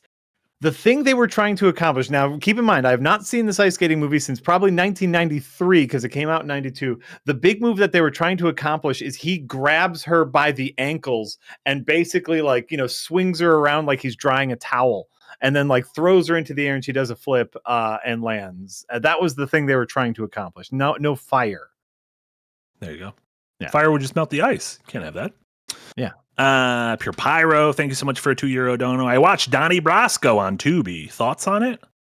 Haven't seen it in a long time, but I generally like Donnie Brasco. Yeah. Yeah. Good Pacino and Depp. Yeah. Jack, have you ever seen Donnie Brasco? Pacino. Yeah. I know the name. I have no visual memory of it. Yeah. That might mean I haven't seen it. I don't know. One of Pacino's last relatively restrained performances, if I remember correctly, because there's a point where he wins the Oscar for Scent of a Woman, and it's once that happens, it's like giving a toddler sugar for throwing a tantrum. Yeah. I rewatched The Devil's Advocate during the week, speaking of 90s courts movies and how addicted to them I am even when they're awful, and that is a god awful movie. But Pacino is just I get to play Satan, yeah. It's Keanu Reeves good hip, Pacino from The Hip. That was pretty solid. Yeah. But Keanu Reeves there's something odd about my boss. I feel like there's maybe something a bit wrong with it. It's hey, oh. A pretty good Keanu too. You could just do a Devil's Advocate one-man show, and I would watch it. And I was me and Cynthia Erivo just working. Yeah. Sussy Guru, thank you so much for the dono. Let's make some extremely expensive and blatantly obvious propaganda epic with a B-grade actor and no marketing at all. What could possibly go wrong? I'm gonna guess we were talking about Desert Warrior there. I think I like the game of like trying to pinpoint where we were, and that one was good. I do obviously that movie was produced, still during a time in which no person with high moral standing would work with Saudi Arabia, but well before the current escalated skirmish. We can't call it a war. The current escalated skirmish is happening. So that is just some bad old timing, and us feeling really good about dunking on it because of the circumstances. Yeah, exactly. Yeah. I do feel like the people responsible for like the Riyadh Comedy Festival are just doing like fuck you to the Desert Warrior guys. Like I do feel like the Desert Warrior guys kind of let the propaganda team down, you know? It's like they didn't let like Americans down. They didn't let like people with morals down. No, the propaganda really failed here, everybody. Yeah. Incredible. Then Sussy Guru follows it up with, speaking of Anthony Mackie, did any of you see his film Synchronic? That was the one by Benson and Moorhead, the pair who I like, the Moon Knight guys, the Daredevil Moon guys. Knight and Daredevil, but more importantly, their previous movies I think are all kind of bangers. They had Resolution, Spring, and The Endless, which are three movies I really dug. Synchronic was, I think, speaking of, it was Anthony Mackie and Jamie Dornan as like paramedics in New Orleans, and there's a street drug that causes people to sort of like shift through time when they take it, and so you like stick in the same place, but all of a sudden he'd like appear in the bayou in Louisiana instead of the house he was in. Decent, not as good as again, Resolution, Spring, and The Endless are three movies I will recommend to anyone anytime. This one not quite as impactful as those ones, but still pretty good. Probably better than this desert epic. So I forgot what it was named already. Desert Warrior. That Warrior. No, how can you forget? It has such a generic Clarence of descriptive Arabia. name. It sounds like, I can only think of the goof name. It just sounds like a Chuck Norris movie. Like it sounds like an 80s. No, it's an asylum. It's an asylum movie. It's Yeah, like there you go. When you're like, I want the movie about the guy, the warrior in the desert, and they're like, we got the title for you. We got a name for you. Perfect. Zeal, thank you so much. $10 dono. Watched Wuthering Heights. Someone in the group complained that they didn't like it because it wasn't historically accurate. How do you deal with movie criticisms that make no sense? I mean, if that's the way they felt, then yeah. I mean, yeah, you like what you like. People feel how they feel about it is the thing. Right. And like all reactions are inherently personal. Like, I mean, even my reaction, Darren says, but like, I'm willing to accept that, like, everybody has their own personal triggers, and what works for you may not, and what works for me may not work for everybody else. I think the best you can do is articulate it. The only thing I do brush up against are the people who kind of like very confidently state their own personal thing as like objective truth, and who like not only like state it as objective truth, but state it as objective truth to you personally. And again, this is maybe just Darren is too much on social media, but when people are like, at Darren, I think Wuthering Heights is a bad adaptation. I'm like, great. It's why do I want to hear that? It's like I did not make this movie. I appreciate your feedback. I will pass it on to my good friend Emerald. I mean, like, and that is important to some people. Like, it reminds me, I think on the last podcast we talked about the delightful like Robert Eggers, who if you listen to his commentary track on The Witch, hates The Witch because of all of its historical inaccuracies. Yes, the movie about the literal witch has historical accuracies that draw him out of the movie. Roof. That fucking roof. The thatching on that roof is from 50 years in the future. And Anya Taylor-Joy, you can see the holes in her ears from her piercings in 2 frames in the movie, and I wish we could digitally remove it. But like, that's something he hates, and like, it's valid. Obviously, for those of us who saw The Witch and loved The Witch and didn't notice any of those things, none of those things matter, but they matter to him and they matter to some people, and that's valid. It's something I will always remember is my good friend Rich Evans on a live stream. Someone was complaining about one of our video game reviews, and he said very confidently, "It's my job to tell you how I feel about a movie, not how you feel about a movie." And honestly, the sooner, like, I will admit it, definitely, like in my pretentious media consuming 20s, it would bother me if I thought someone didn't get it. Like, you didn't get it. Whereas I promise you, your life will be so much more enjoyable when you kind of stop giving a shit about that. When you realize that someone else's enjoyment or lack of enjoyment over a thing has no impact on your own enjoyment. I promise you, your life will be better when that happens. So it's really true. Stickman, thank you so much for the $10 donor. Darren, when the hell are we getting you telling us the truth on how Street Fighter should not only not be one of the bottom 100, it should be on the 250, although now no higher than 225? I appreciate the very careful ranking there to be entirely sure where it should rank in the bottom, like 10th of the ranking. Again, the Street Fighter is one of those things where we had wanted to cover it on the show and it actually dropped out of the bottom 100, and so we couldn't cover it for some reason. You're talking about like the Raul Julia one? Yes, the Raul Julia kind of, yes. The infamous We Can Go Home Van Damme movie, which gave the world the wonderful interview in which Van Damme was asked about like his relationship with Kylie Minogue on the movie, and his response was, "I showed her my Thailand." And I'm like, oh, that's what the kids call it these days. What did he mean to say? No, he said, I showed her he showed her his Thailand. He showed her Thailand as Van Damme, man of the world experience. He's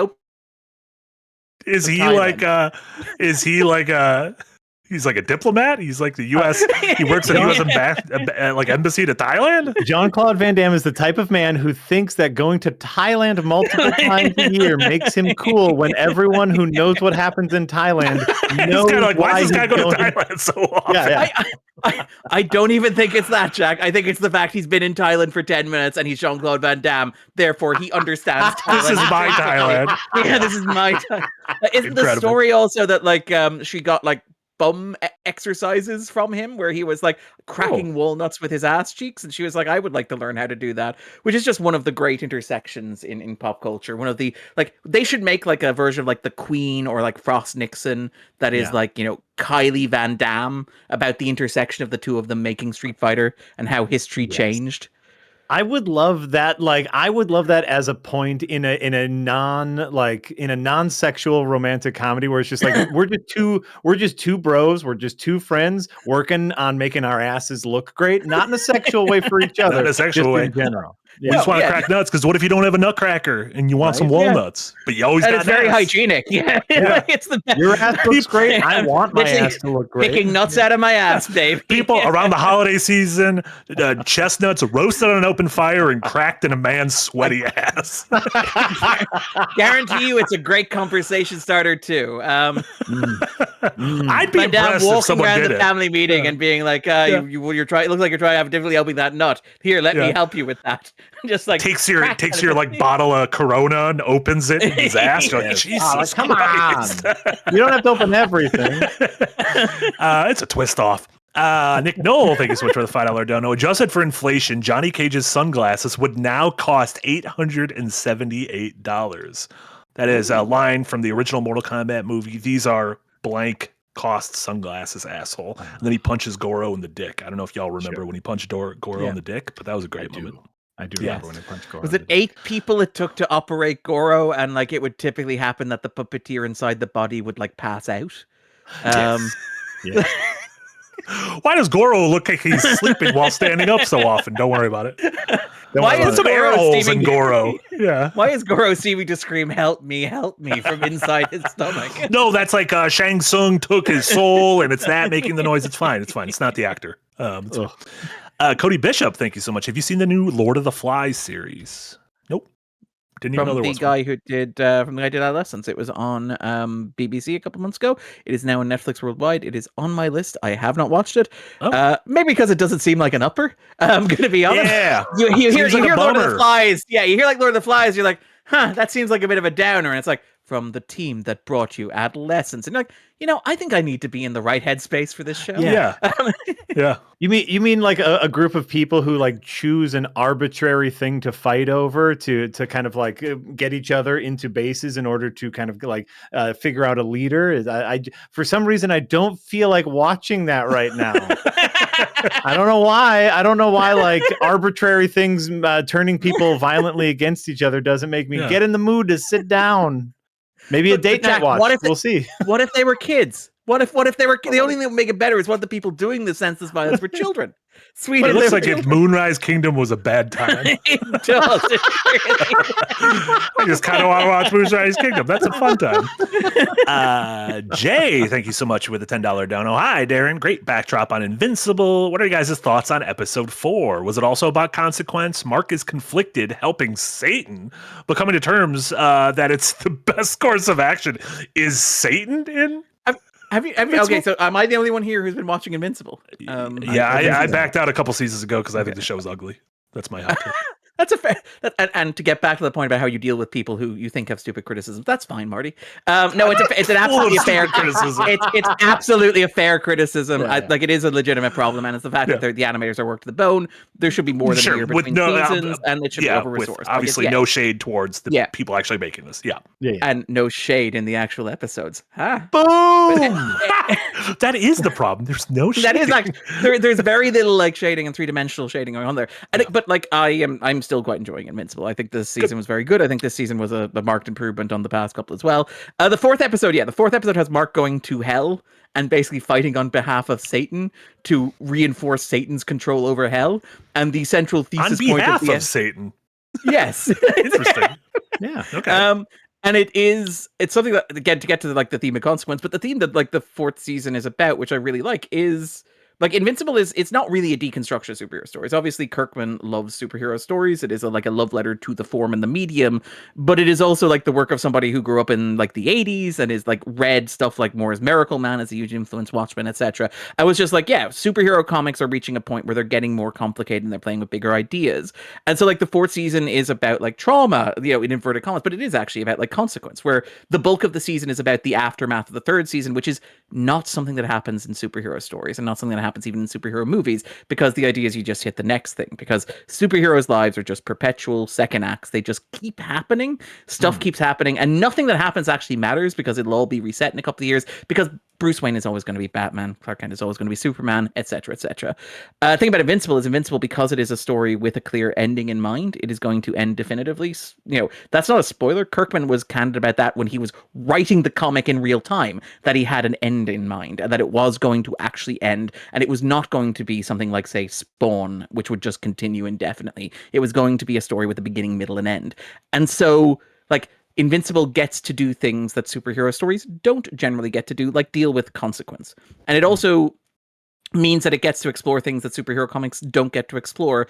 And in the context of like the fight for hell, the thematic resonance of that I got, and the reason why I actually really liked, I thought that was one of the standout episodes of the season, even though it is unrelated narratively to the larger arc of the season. It doesn't advance the story of the season or the plot point of the season, but it is thematically central to the season for me, because like, one of the big issues with Mark as a superhero is, because this is a story with a definitive ending and it's not designed to run in perpetuity, Mark can kill. Supervillains can die, because you don't need to keep bringing back the Joker for 80 years. So you've removed the like narrative justification for Batman not killing the Joker, which is the Joker's too popular for Batman to kill him. So we have to reverse engineer why Batman doesn't kill the walking death plague, why Batman is seemingly unaffected by the clown-related homicide numbers going through the roof on a weekly basis.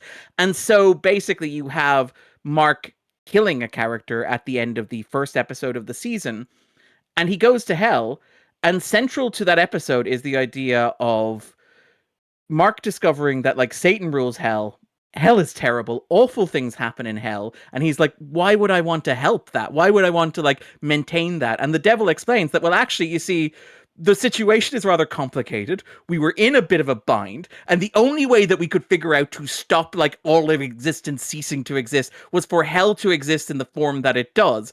And if hell ceases to exist in the form that it does, everything will die and explode. So we need hell to exist. And Mark's like, you never thought of a better way to do things. And it's like, it's tough. We had to do triage. We had to make a split-second decision about how this thing was going to work. And this is what we landed on. And this was the best choice we could make in the circumstances. And so it is this kind of like really ethical fraud argument about like, if you are in these sorts of situations that Mark finds himself put in, the idea of do you take a life as a superhero is not as simple as the like child killing is bad, therefore never kill. It is this idea of actually you're in an impossible situation where you are faced with terrible choices on both sides. And you have to, in the moment, make what you feel is the best decision and live with the consequences, even if those consequences are quite literally the continued existence of hell.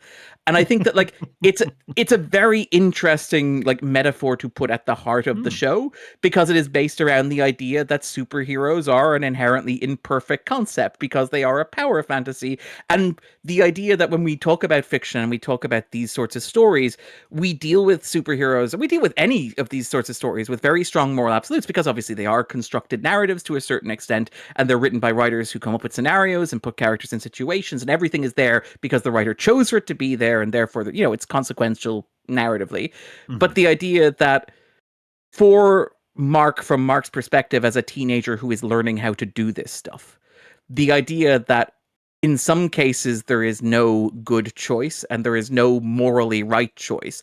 There is just two awful choices, and in a moment you have to make a decision between the two, was, I thought, a really interesting way of like looking at something that has generally been treated as like sacrosanct within superhero storytelling in a way that it isn't in, say, like Westerns.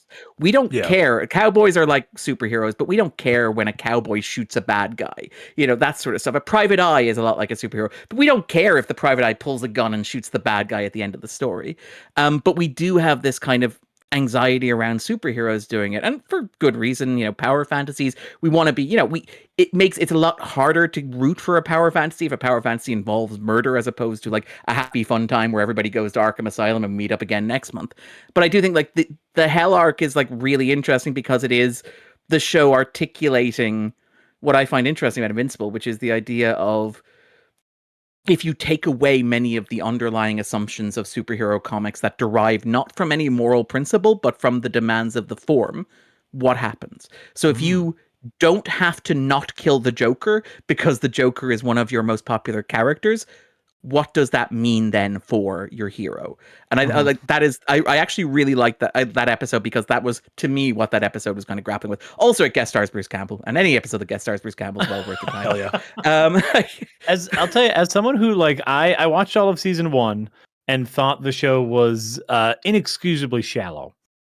Because I was all ready for some very interesting ideas. I was ready for a deconstruction, and then it was just, oh no, Superman's bad. That's the premise, and we're just writing a superhero thing, but Superman's bad. It's like that to me sounds like a very interesting episode, and a selling point for me picking back up in season 2 and watching more. Did you watch The Boys, Jack? I have. I'm not caught up on The Boys, but I've watched the first 2, maybe 3 seasons of The Boys. Because what are they on? What are they doing now? 4, 5? The fifth is and the final. Yeah. Okay, so I watched the first 3 seasons of The Boys, and in general, I think like, to me, The Boys is kind of what I want. They are really trying to understand what would happen if we had a corporate sponsored Superman, which I think they also don't need to use subtext anymore. They're just like, yes, yeah. But also, sure, like, they don't need he to sees use himself as God. Yes, that's fine, I guess. But like, it's the thing where it's like Verhoeven, but like if Verhoeven were writing during the Trump era, there'd be like the 2 weeks between locking the edit and like the president actually doing the thing that you wrote as a spoof of the president, and you having to be like, well, this really took the air out of my tires. Yeah. Yeah. You're watching the Boys, aren't you, Marty? I'm not this season yet. Oh, okay, all right. I need to. Are you trying to catch up, or?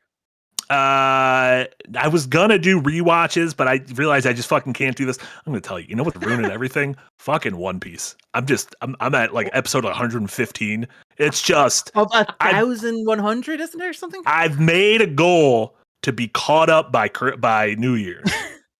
And I shouldn't have done that. I shouldn't have done that. How many episodes a day is that? That's like 2 hours of One Piece a day, right? I think it is about 5 or 6 episodes a day. I think it'll be fine. Are you like just like putting headphones in while you fall asleep and hoping? I've been second screening this whole time, so if you see me looking over here, it's because Luffy's doing his stretchies again. Oh, that's nuts. But no, it was when you were talking about kind of how bloodless Batman could be. It did get me thinking about how like that we don't have that in other genres of even pop culture, like Star Wars. They kill a shit ton of people, like Luke. Murdered hundreds of people on Jabba's sail barge. And some of those people were just having a good time. I mean, some of them also weren't having a good time as well. Like, like his sister, yeah. I mean more like the other slaves presumably on there as well. Same thing in One Piece. I'll just continually forget. I'm like, oh yeah, they just kill so many people. There was a scene in the second season of One Piece where it's just like he kills 100 people and counts every time, and I'm like, oh, he actually did kill 100 people. Good on him. So good stuff. Fungus Finder with a $2 dono. Thank you so much. I've never empathized more with Jack regarding Jackass. Fungus Finder also just doesn't want the people to get hurt. I'm sorry. No, and I'm not sorry. I'm not sorry. You don't have to be sorry. That's human empathy. Let me take that back. That's the Midwestern in me, just being like, I'm so sorry for existing. That's what's wrong with this podcast. It's the unstoppable force of the Midwest meets the immovable object of Ireland, and it's just apologizing to each other. No, I'm so sorry. But yeah. That's how I feel. I just don't like. I love horror and I love action, and I hate the idea of actual humans being hurt. No, I get you. Which just is a weird shout out to because the the Twilight comments Zone there. movie is your favorite movie ever, which is weird. Oh The yeah, what? and you just watch the The behind Twilight the Zone scenes movie footage. is your favorite. Yeah, you don't even movie watch the ever. movie. Yeah. You just watch the Yeah, behind the scenes. so think about that, Jack. How A little Absolutely weird. awful. King and Commoner, thank you so much for the $5 dono. Anne Hathaway's having a great year, especially since they just updated the Oscar rules. Clean sweep at the nominations, Anne. So, Darren, do you want to? What was the updated? You can now be nominated in the same category multiple times if you have. Yes, multiple in the movies? same year. Yeah, because Yeah. it used to be restricted to like one nomination each category as an actor, which would lead to category fraud. Like I think like Kate Winslet wanted to be nominated for lead and supporting. Was it lead for Revolutionary Road and supporting for The Reader? And to be fair to the Academy going, no, you're the lead in The Reader. I think Sigourney Weaver is one of those actors who's had like a really rare supporting and lead nomination the same year as well. But yeah, so now you can be nominated in the same category twice. You can also changes the international film submission. You're allowed to have more than one film per country, which is very interesting. Yeah, because it's so fucking dumb to be like each country only gets the one. It's like, well, what if you did that with Best Picture for America? Like, yeah, but it is. But until you get to like 5 French films are nominated for Best International. Yeah, film. that's actually. Yeah, or like I not guess to indulge in stereotypes about the membership, but 5 Brazilian films are nominated. And Brazilian cinema is great. I'm not disparaging Brazilian cinema, but like, it does feel like you have a certain block. For is that going to squeeze out like the Iranian film or whatever that's able to get? Well, and it makes sense because remember that the Oscars are less an award for a movie and more an advertisement to join all of the American unions. Yes. Yeah. But and also I think that they've changed the qualification so that now you don't have to be nominated by your country. It used to be like a country would nominate each of its films, so that now a film can be just nominated based. I believe it's premiering in festivals. The example there is, I think, is a Portrait of a Lady on Fire was passed over by the French Film Board, which was like one of the big oversights, kind of relatively recently as well. Ridiculous. I'm glad they're changing things. And then this will be our last one for the moment, and then we'll go over to what we've been watching before returning for more super chats. But Cody Bishop brings us into what we've been watching with the $2 dono. Thank you so much. Check out the new Apple TV show, Widow's Bay. Well, you know what? Just because you said that, Darren and I are going to check it out. And we're back. We've checked it out. Yeah, we're back. Yeah. We're back. We've checked it out. Widow's Bay. This was a series I had no idea existed up until like a week ago. First 2 episodes premiered on Apple TV Plus. It's a weekly series from Kate Dippold, who was a former writer on Parks and Rec and Mad TV. And like Melissa McCarthy's one woman for a while. Like she was one of her like uncredited rewrites on like the stuff and the, like and I mentioned Parks and Rec because this show is kind of if Parks and Rec was set during a Stephen King story. So written like a Parks and Rec episode, but filmed like a prestige horror about the mayor and the sort of municipal folks of this small island off the coast of New England who are trying to revitalize the kind of the tourism industry here. They want to make it like a Martha's Vineyard kind of Bar Harbor island. But it seems like the town has a real rich history of hauntings and terrible shit that's happened on the island. And I think there's just ghosts. So I've had a chance to watch the first 2 episodes. I thought they were really fucking great. Darren, I know you've had a chance, I think, to watch the whole season. I did. I had the same situation you had, which is this thing arrived basically last week. I watched the first 2 episodes and I reached out to Apple and was like, "Hey, you guys, I'd like to see the season." And they're like, "Yeah, sure." And I'm like, You could have told me about this before you released the first 2 episodes. That would have been great. I had a really, really good time with it. Very charming. Like you mentioned the influence of King there. It is very, very, very heavily influenced by King.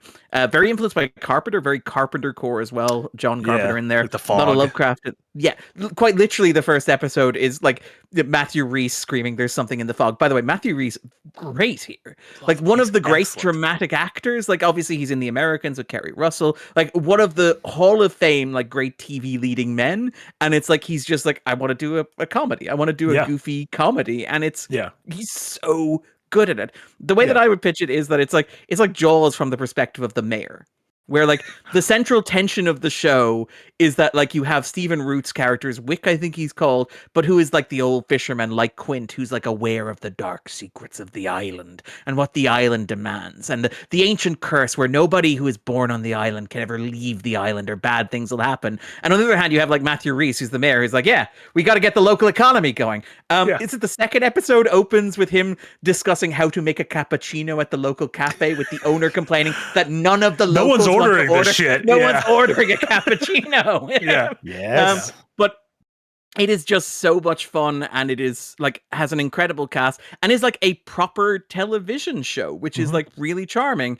Which is something, you know, again, maybe we'll talk about The Boys later on as well, but it is so reassuring to watch something that, to your point, is shot like a movie, has this incredible cast, does have a season arc, has like proper production values because it's an Apple TV production. And it seems like when you're an Apple TV production, you just reach your hand into the bag and grab whatever you want. But it is structured like a television show. The episodes run from about like 30 minutes to 40 minutes, so they're like a nice half-hour kind of sitcom length. They're all individually telling their own stories, and like one of the smarter things about it is it has a nice rotating cast where, like, slight spoiler for the show, but like the first 3 episodes are very heavy on Matthew Rhys because he's the lead, but then the 3rd episode goes and focuses on another character, or the 4th episode goes and focuses on another character, and therefore you get to see them and you get to spend more time with them, and you're like, oh yeah, this is how Matthew Rhys is able to do a 10-episode Apple TV show. It is very, very well made. And what I will say, Marty, is you think the show is like tailored towards you right now, being a very heavily Stephen King influenced story set in New England on an island in the middle of the ocean. Wait until you get later in the season. Is Flight 815 going to crash on the island? No, it's also Lost. It's great. No, there's a moment where I'm like, this is giving me vibes of blank, and then blank shows up and I'm like, oh yeah, you know what you're doing. And I'm like, very excited. This is very targeted towards me. But when Marty dropped in the chat that Marty is like, I'm watching Widow's Bay, I'm like, oh, this is going to hit like crack. Yeah. When this thing happens. I got so excited last night. I was like firing up the 3rd episode, and it wasn't the real episode. It was the thumbnail, and it says, we'll see you on Wednesday. And I'm like, you sons of bitches. I thought it was the real episode. Yeah. And like when I mentioned on socials I was watching, I got some questions from people being like, how scary is it? Because it is shot like a horror, and it does feature monsters. It's very accessible. It's very like the level of horror in it is basically like, are you afraid of the dark or Goosebumps? Where it's like the kind of horror when I was a kid I would see on like afternoon TV, because all of the scares in it have a punchline to them, which is always like really satisfying. And it's that wonderful thing of like making horror and comedy where they share a similar skill set. We talked about this before, like the fact that so many horror filmmakers like Craig or like Peele begin in comedy and end up in horror because they both rely heavily on like timing and synchronicity and like understanding the language of the medium you're using in a way that, you know, conventional drama can be just trust your actors and point a camera at them. I think that like this show really benefits from that, where it is very capable of doing oh my god, this is actually scary, and then immediately going, that was really funny. Yeah, that was a really great punchline. And there's like a great example in the 3rd episode coming up tomorrow, which is like just a moment where I did almost fall off the chair laughing, which is what another character almost did at that moment as well. But would recommend that. Yep, beautiful. It's good stuff. Big reco there. The only other stuff I've been watching, I just mentioned I'm going to be watching One Piece until I die.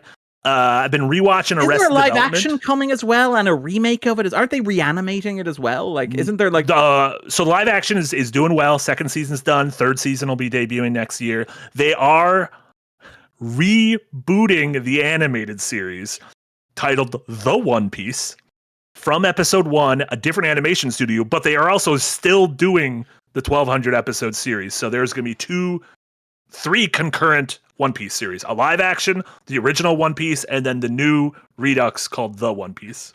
No. It's not confusing at all. What's so confusing about that? The only good gag in like Anacondas, the recent reboot of the Anaconda franchise, is the moment when Jack Black writes the script for his dark, gritty reboot of Anaconda and stares at the title page for a solid 30 seconds before reaching down and tapping the Anaconda. Crushed it. 0 notes. Perfect. Best gag in the movie. The one moment where I was like, that's good. That is great shit right there. And then I been rewatching Arrested Development for the first time in forever. That show is phenomenal. My God. And it holds up extremely well. And it is so funny how many of the episodes have one of the Russo brothers as the directors. Which I was like, man, you guys really... They're very good at they're very good at comedy. Yeah. Just go back. Just make more Arrested Development. No, they actually did. They went back and made more Arrested Development and it wasn't good. So maybe don't go back and make more Arrested Development. Was that the one where the fourth season you could watch in any order? Or was that the Netflix experiment? Was that the Arrested Development? Yeah, and then I think they did release it in chronological order, but they kind of conceded the experiment had failed, and we're like, no, we edited it into a traditional sitcom. Yeah, I might end up bouncing after the third season, but we should. By the way, no, 100% don't watch the fourth season. No, I've also don't even know if I watched the fifth one. Like, I think. Yeah. I definitely did watch the fourth one at some point, and I think I just might have been like, I'm not going to do one more. Yeah. So what you're saying is after the fourth, you gave it a rest, yeah? Beautiful.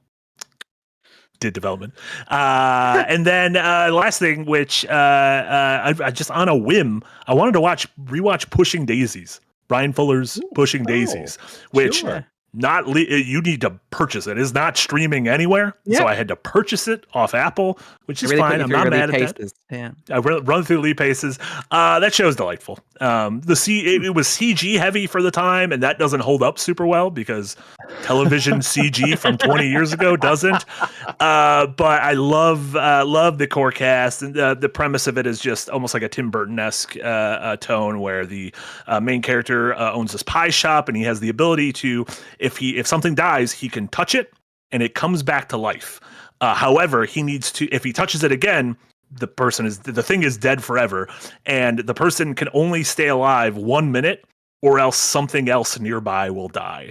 So he pretty much has a job with a PI where he will go to a dead body of an unsolved murder. He will touch it. They will ask him how they got murdered, and then touch him again after a minute. And that's how they kind of solve these crimes. He ends up his like childhood sweetheart is murdered, and he accidentally leaves her alive for over a minute, and so she is now alive. However, if they ever touch, she will die, and they fall in love, but they cannot touch.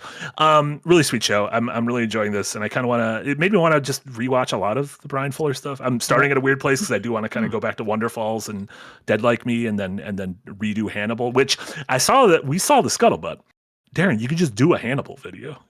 You don't gotta you don't gotta get the popular vote. If you want to make a video on Hannibal, just make a video on Hannibal. I'm unstoppable. Don't give me that power, Marty. Don't give me that power. You have the power. Just make a video on. At this point, if we don't get the Hannibal video, it's your fault. No one else. I like that. The turning around the table on me. But yeah, Pushing Daisies, I think is very sweet. Yeah. I think we've agreed with Nick that it's like a Christmas thing. It's like when everybody's off at Christmas, Darren will see I think that's great. I think, okay, we'll save that as everyone's Christmas present. Is Hannibal video on Christmas Day. There you go. I like that. Not even like the Tuesday of Christmas. Yeah. It's Christmas Day. It's exactly. But yeah, that's what I've been watching. Jack, how about you? You know what? Not a lot last week. Even though it was our Milwaukee Film Festival, I did not get to go out to it much. I did. I ran a Q&A for a Milwaukee filmmaker, Exonia's Mild Kingdom. He premiered kind of a pilot episode of a TV show called Exonia's Mild Kingdom. This is Christopher Brown, who was probably best known as the one of the head writers for Beavis and Butthead. As we found out during the Q&A, he is directly responsible for the line, "I need TP for my bunghole," in which I fanboyed out so hard. Is it named Exonia after the city Exonia? I always pass when I'm driving to Milwaukee. I always pass a sign that says Exonia, and I'm like, I wonder what's going on there. The idea is it's like a PBS-esque show in which he is a wildlife presenter talking about all the wildlife of Exonia, Wisconsin. But he does not know very much, so we watched that, and I ran a Q&A with him, and it was very, very fun. I watched a couple classic. Before I get into the classics, which might have some controversial hot takes on them, the main thing Jack rewatched The Prestige and has some more thoughts. I'm just here to tell you how I feel about things, not how you feel about things. Remember that when we talk about the classics that I watched.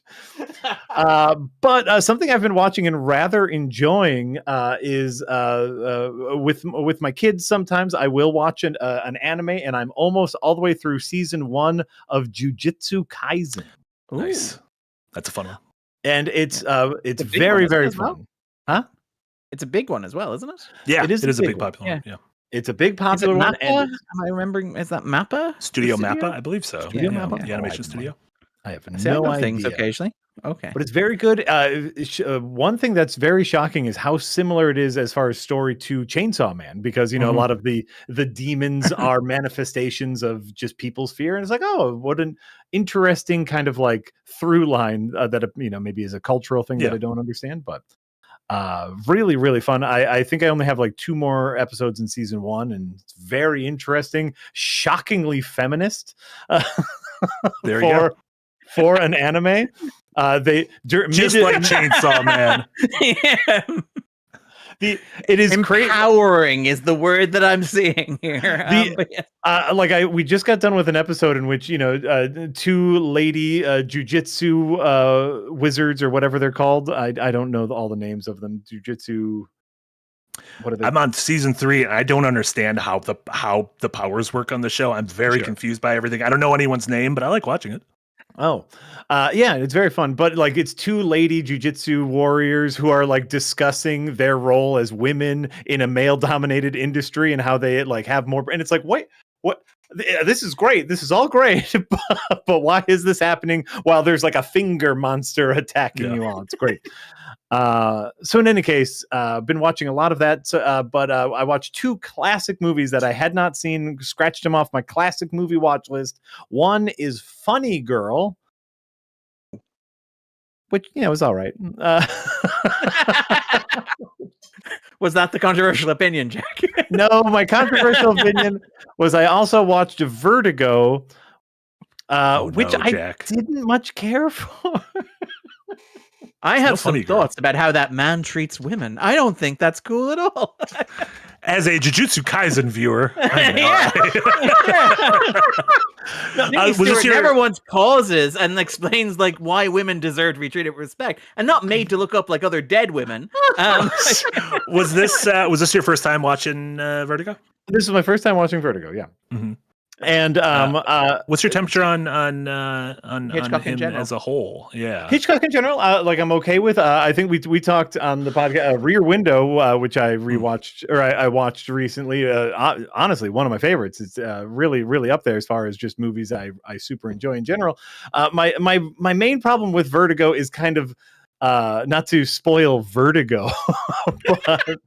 Not to spoil. I think we're fine. That movie, I think that was 75 years out now, is it? Here's what I'll say is Vertigo has a twist to it. And the way in which that twist is revealed, I thought was incredibly clunky and almost like shoved in and then dismissed immediately. And we didn't get to sit with that reveal for as long as I would have liked. Obviously, some amazing performances, some very interesting story. But like, as far as the thriller suspense element of it, I was just kind of left a little, So you know what that needed? It needed like a psychiatrist to come in at the end and explain what was happening to the audience as the camera pans in very slowly on them.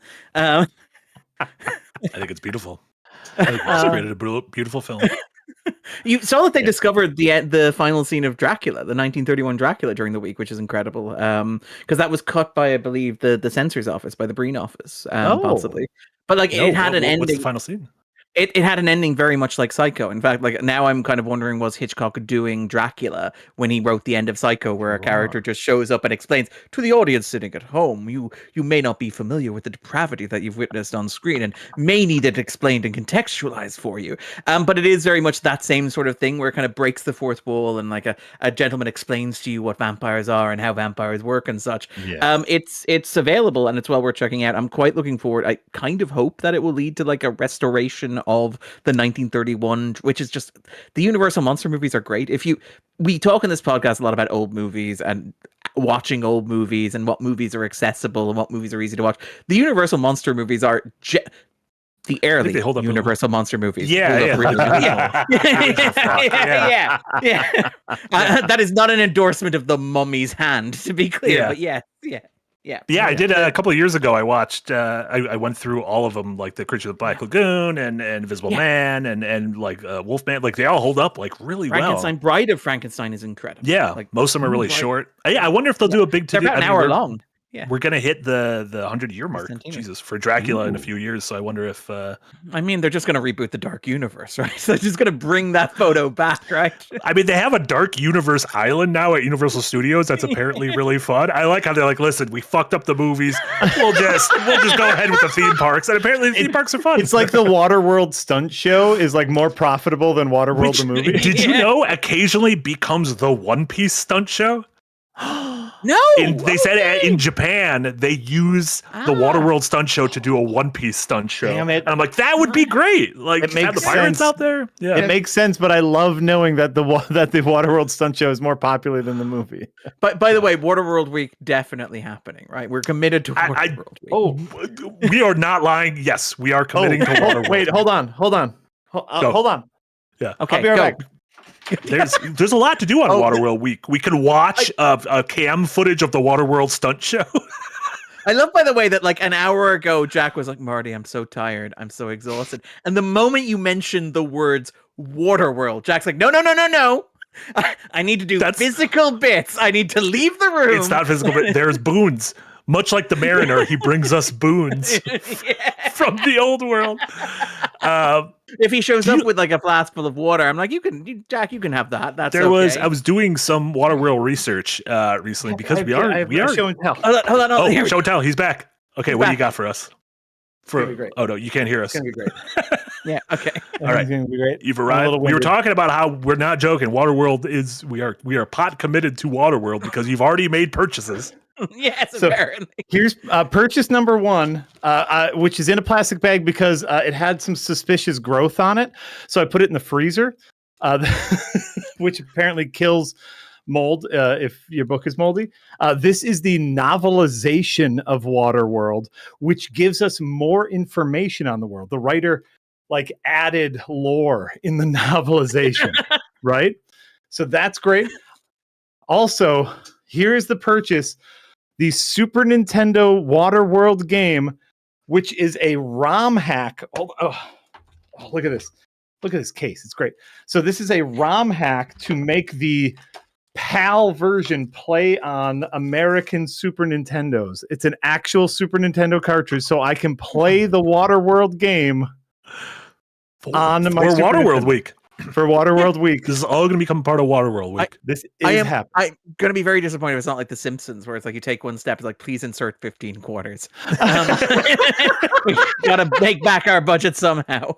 Yes. Exactly. Yeah. Anyway, Waterworld, the gift that keeps on giving. Listen, in this house, we respect the Mariner. Where did we get to Waterworld? How did we get to Waterworld? I don't know. Was it a super chat? The stunt shows. The stunt shows. That was it. Yes. Oh, you mean in this context? I thought, like, as a culture, how did we get to Waterworld? We're saving that for Waterworld Week. We can't give the context of Waterworld until Waterworld Week. The point is, I saw the twists coming in Vertigo. Like, I got it. Like, I understood it way too fast, and then I was just waiting for the movie to catch up with me. And then we get like 6 seconds of like what the twist is, and then we're stumbling somewhere else. I just did not. Would you say that it left you somewhat disoriented, perhaps experiencing some sort of disorientation?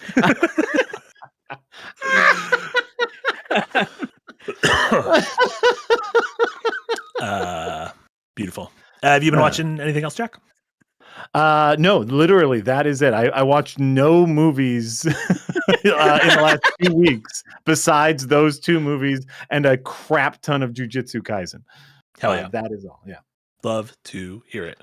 Darren, how about yourself?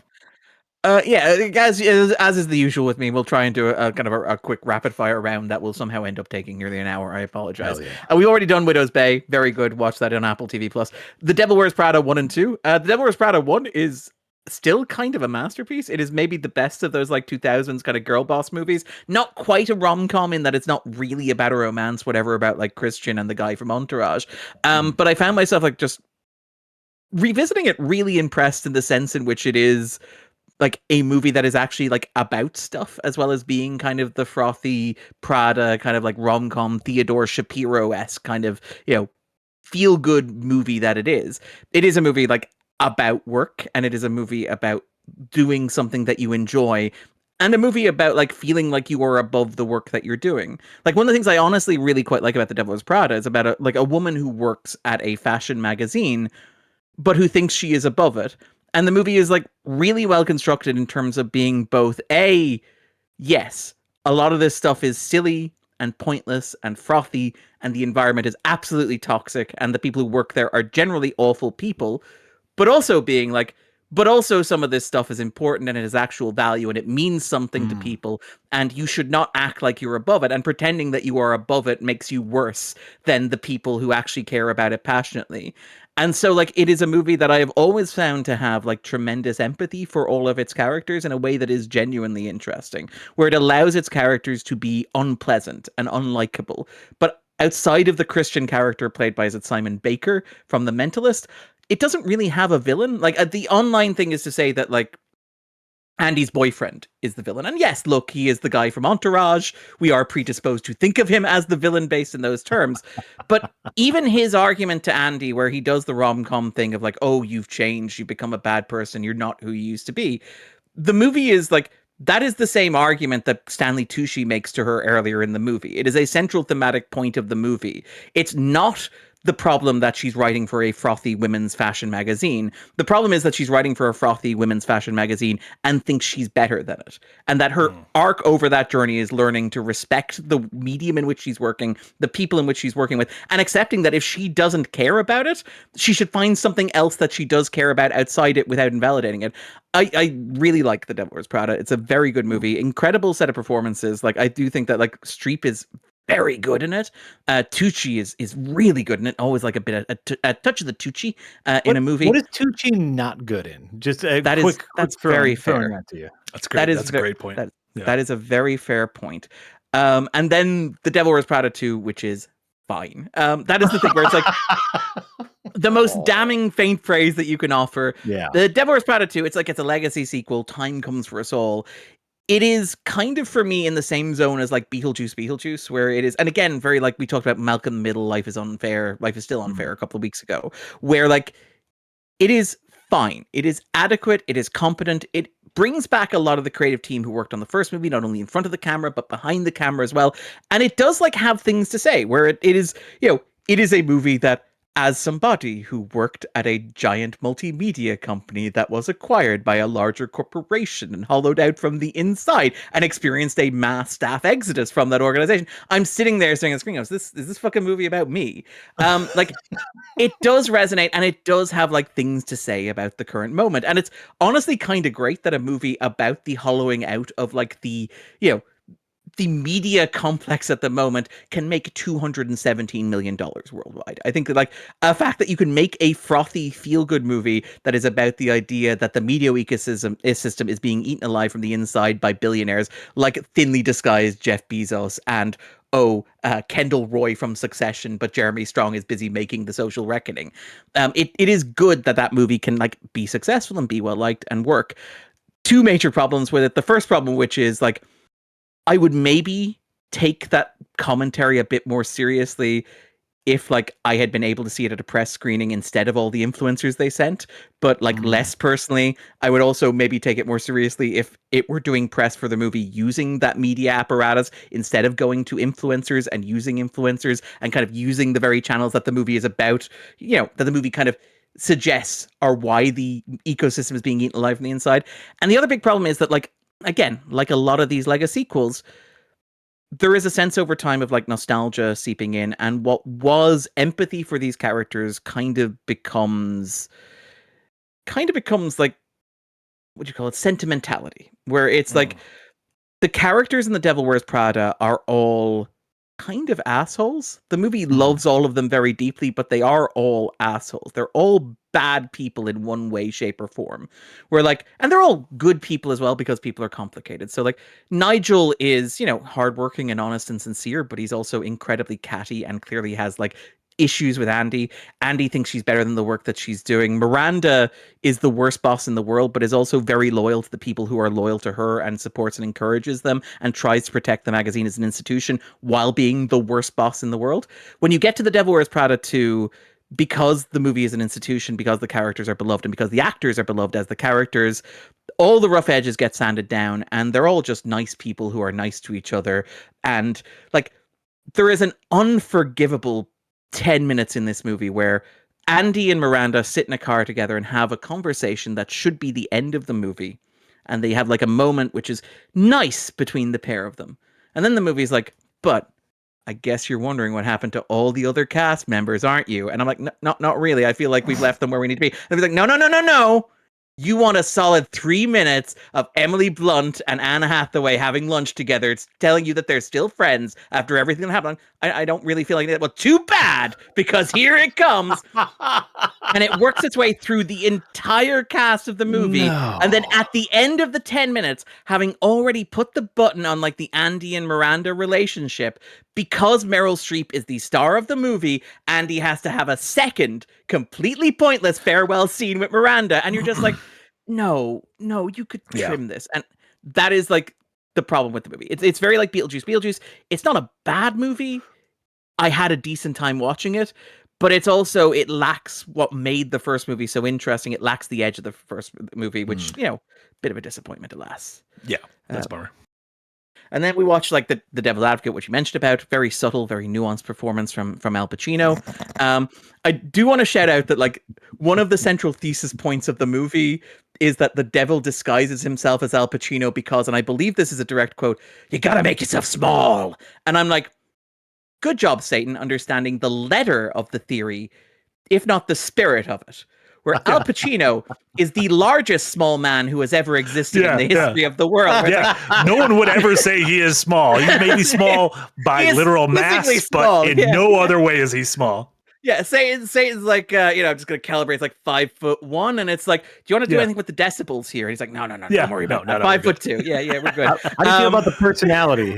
How should we work that? Wherever it's at, crank it. Yeah. We're already small. We don't have to worry about anything else.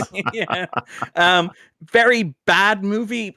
Oddly enough, feels like it would work almost as a miniseries because it's just a series of random things that happen to Keanu Reeves and features like an Jack mentioned the unforgivable ending for him of like Vertigo.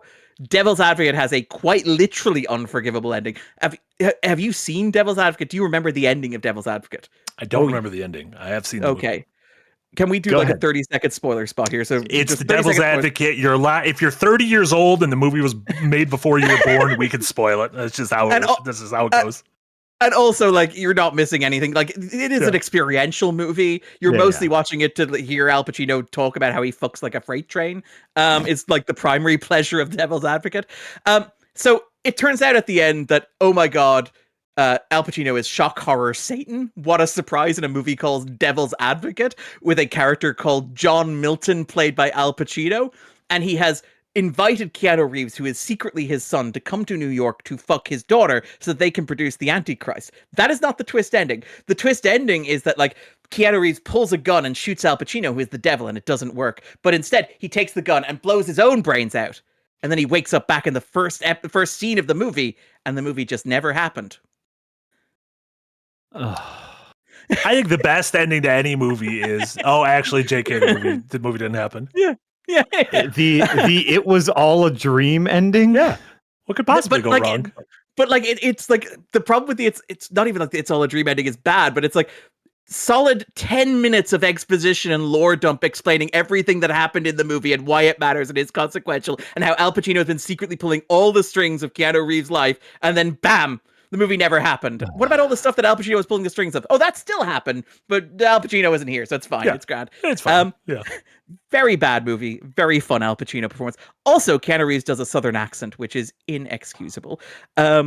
Just to shout out very quickly, I can only give a social reaction to this. The Big Jim, Billie Eilish Hard and Soft concert tour movie, which I really liked. I do not know anything about the Billie Eilish music. I've never heard any of... No, I had heard, obviously, the Oscar-winning songs that she performs. I had heard Bad Guy. I don't know any of her other music. Really interesting because it's like the story behind this is not even that like Cameron is friends with Eilish or Cameron knows Eilish or Eilish reached out to Cameron about making a concert film. It's that I believe Cameron knows Eilish's mother through like, environmental groups and just randomly fired her an email and was like, hey, I'm not making Avatar movies at the moment. I have a bit of free time for the first time in 30 years. How about I make a concert movie? And it is like, I found it very good. I mean, it's not a masterpiece. It's not going to be a major work of like Cameron's filmography, but it is really interesting because you can tell that Cameron is interested in it as an intellectual exercise more than as an Eilish fan. Like there are a couple of weird moments where like you can see Cameron trying to understand Eilish, and the way that he tries to understand Eilish is like, but it's through the Cameron lens of like the, you're a strong, independent woman, aren't you? You're very in control. And it's like, James, stop trying to turn Billie Eilish into a James Cameron protagonist. I understand the framing that you are trying to put on this. But he is very interested in like Eilish as a performer, as an artist. Like it's really interesting because he clearly like respects her as a creative partner, and he's very interested in like her process. And in particular, the idea of the way that like screens work. There's this fascination in the movie about like crowd shots at the concert where Cameron goes into the crowd, and because they're Eilish fans, they don't know who the fuck James Cameron is. So it's great. It must be like the best time in James Cameron's life where he's like asking people questions and they're like, oh, you're the documentarian. It's like, yeah, sure. I'm the documentarian. I just made the 3 biggest movies of all time, but sure. I'm the Billie Eilish concert film documentary guy. But there are these beautiful shots of Eilish on stage in a 360-degree arena with like all these lights on of people holding their camera phones, which looks beautiful. It's like holding a lighter up at a rock concert. But Cameron is so fascinated by going the other direction, showing the reverse shot, which is all these people holding their cameras up, recording the concert, watching the concert that is happening in real time in front of them on a phone screen in 2 dimensions. And like, Cameron is so fascinated by that, where there are several, like there's this really strong emphasis on the use of 2-dimensional imagery and like Eilish being projected on screens, Eilish being projected on the stage, but Cameron's decision in Cameron's style to shoot this in 3D in the most maximalist immersive form possible. And it is really fascinating because like it is not a phoned in film, like, which is like, because this is very obviously like a quickie for Cameron. He spent 2 nights making this movie and it's like, boom, it's done, I'm out. But it is so obviously a film that he is interested in doing, and you can feel his interest in the end product. I really liked it. So if you can get a chance to check that out, please do. Outcome, which is the, speaking of Keanu Reeves, which set me off the Devil's Advocate train. This is the Jonah Hill Apple TV movie, which was released with no fanfare whatsoever, no cinema screenings, no press previews. Yeah, really Jack, it would almost really give you the impression that is a terrible movie. It is shockingly bad. Either a terrible movie or it has some sort of controversial figure at the helm of it. And it can't possibly be both, right?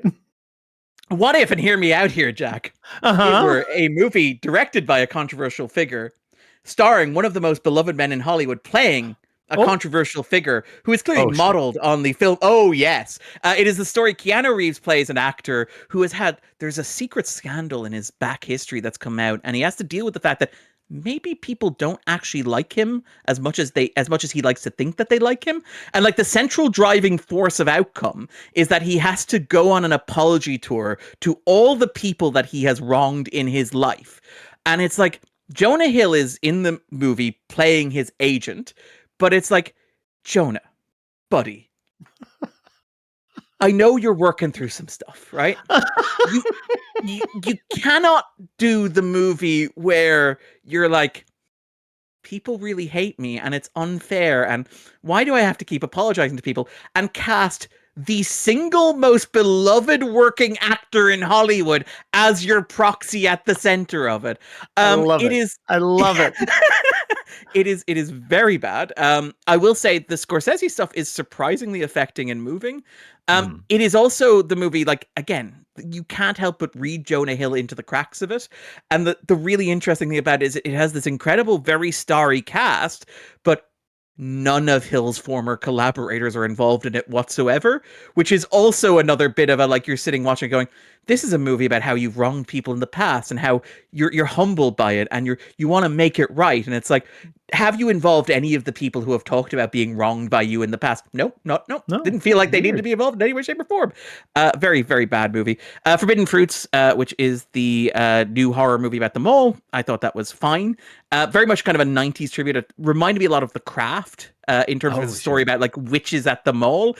It is so fascinating. It's a good example of kind of 90s nostalgia where it is not explicitly nostalgic for a franchise or an object or a property, but more for like the vibe of what like 90s culture used to be like. It's not great, unfortunately. It's a Diablo Cody script, and it kind of runs into the problem that a lot of Diablo Cody films have, which is like balancing tone, where it is like alternately very broadly funny, but also trying to be like seriously scary and not managing to get the mix right, unfortunately, which is a shame because I'm always interested in the cast. The premise is good. And like a mall movie is generally just a good time. Hokum, which we already mentioned from Neon, which is the horror movie set in a hotel, had a good time with this. I thought this was solid. Not as good as The Mummy in terms of like recent movies directed by Irish horror filmmakers. It is a story of a writer who travels to a remote hotel in Ireland to lay his parents' ashes to rest, and discovers that there is a secret lurking in the honeymoon suite. It is kind of a liminal horror in the way that we talked about, in that it's a movie about being trapped in a hotel all by yourself and having to deal with your kind of demons in that space. And it is solid. Adam Scott is quite good in it. It has a number of like really good sequences. It is maybe a little long and a little overextended, but it's a good enough time. Very similar to Damien McCarthy's previous film Odyssey. So if you like that you will probably like this. Which I did. That feels like the neon coded horror movie of like maybe a little too long and a little too full of itself as opposed to A24.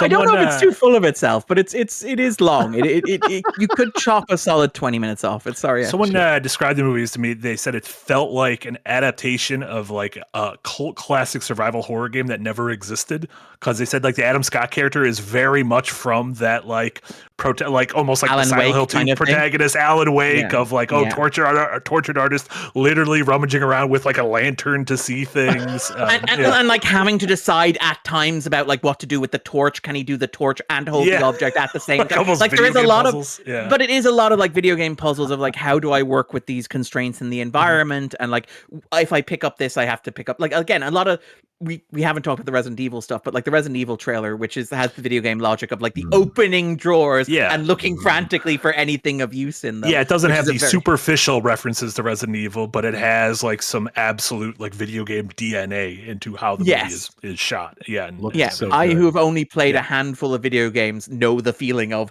the drawer is empty. Well, that was a waste of my time. You should play Red Dead Redemption 2, because that game is 99% opening up drawers and being like, there's nothing in this drawer. That's just what the Old West was like. A hell of drawers, and they're all empty. I love the idea of like the settlers arriving and just being nothing but drawers as far as the who made all these drawers, and why did anyone put anything in them?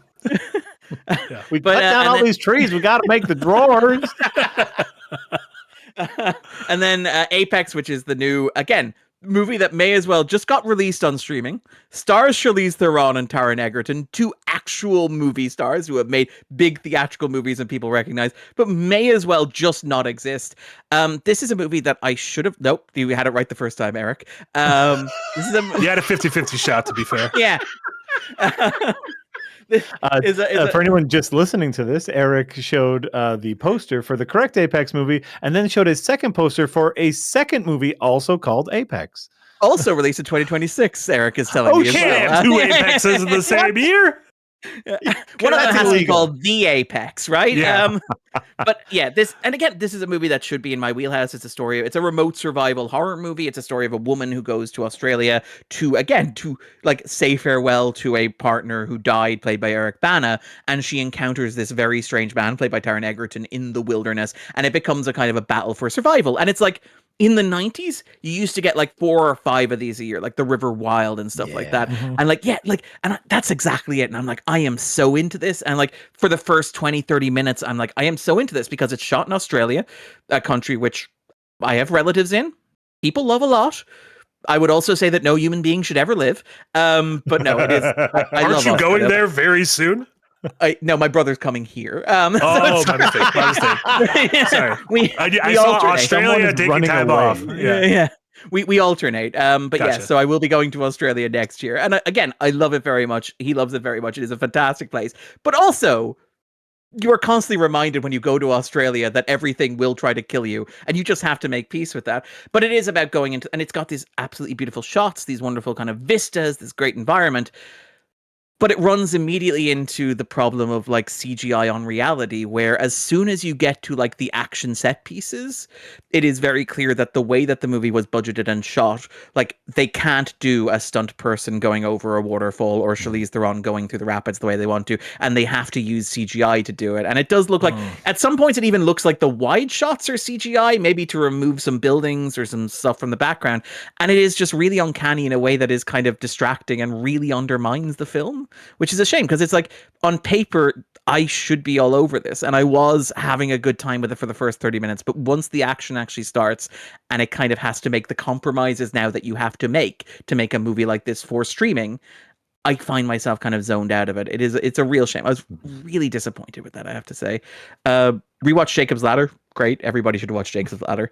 From Adrian Lyne, the director of like Fatal Attraction, which is so great. It's like horny and death. Those are Adrian Lyne's two modes. Yeah, it took like a 20-year break, right? And then did that Deepwater movie, which the Ana de Armas Ben Affleck. Ben Affleck, like, filmed I think while they were a couple, but released after they had broken up. So I mean, but luckily that's the only movie Ben Affleck's in where something like that could possibly have happened. Sure, right? I mean, definitely hasn't become a recurring theme in his movies, except with Matt Damon. They will never break up. It's fine.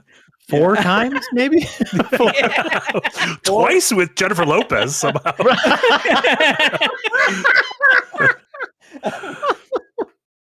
Again, is it like, it's like the drop is like, is it the drip or whatever the recent one he did on Netflix, which is so great. Which the drip.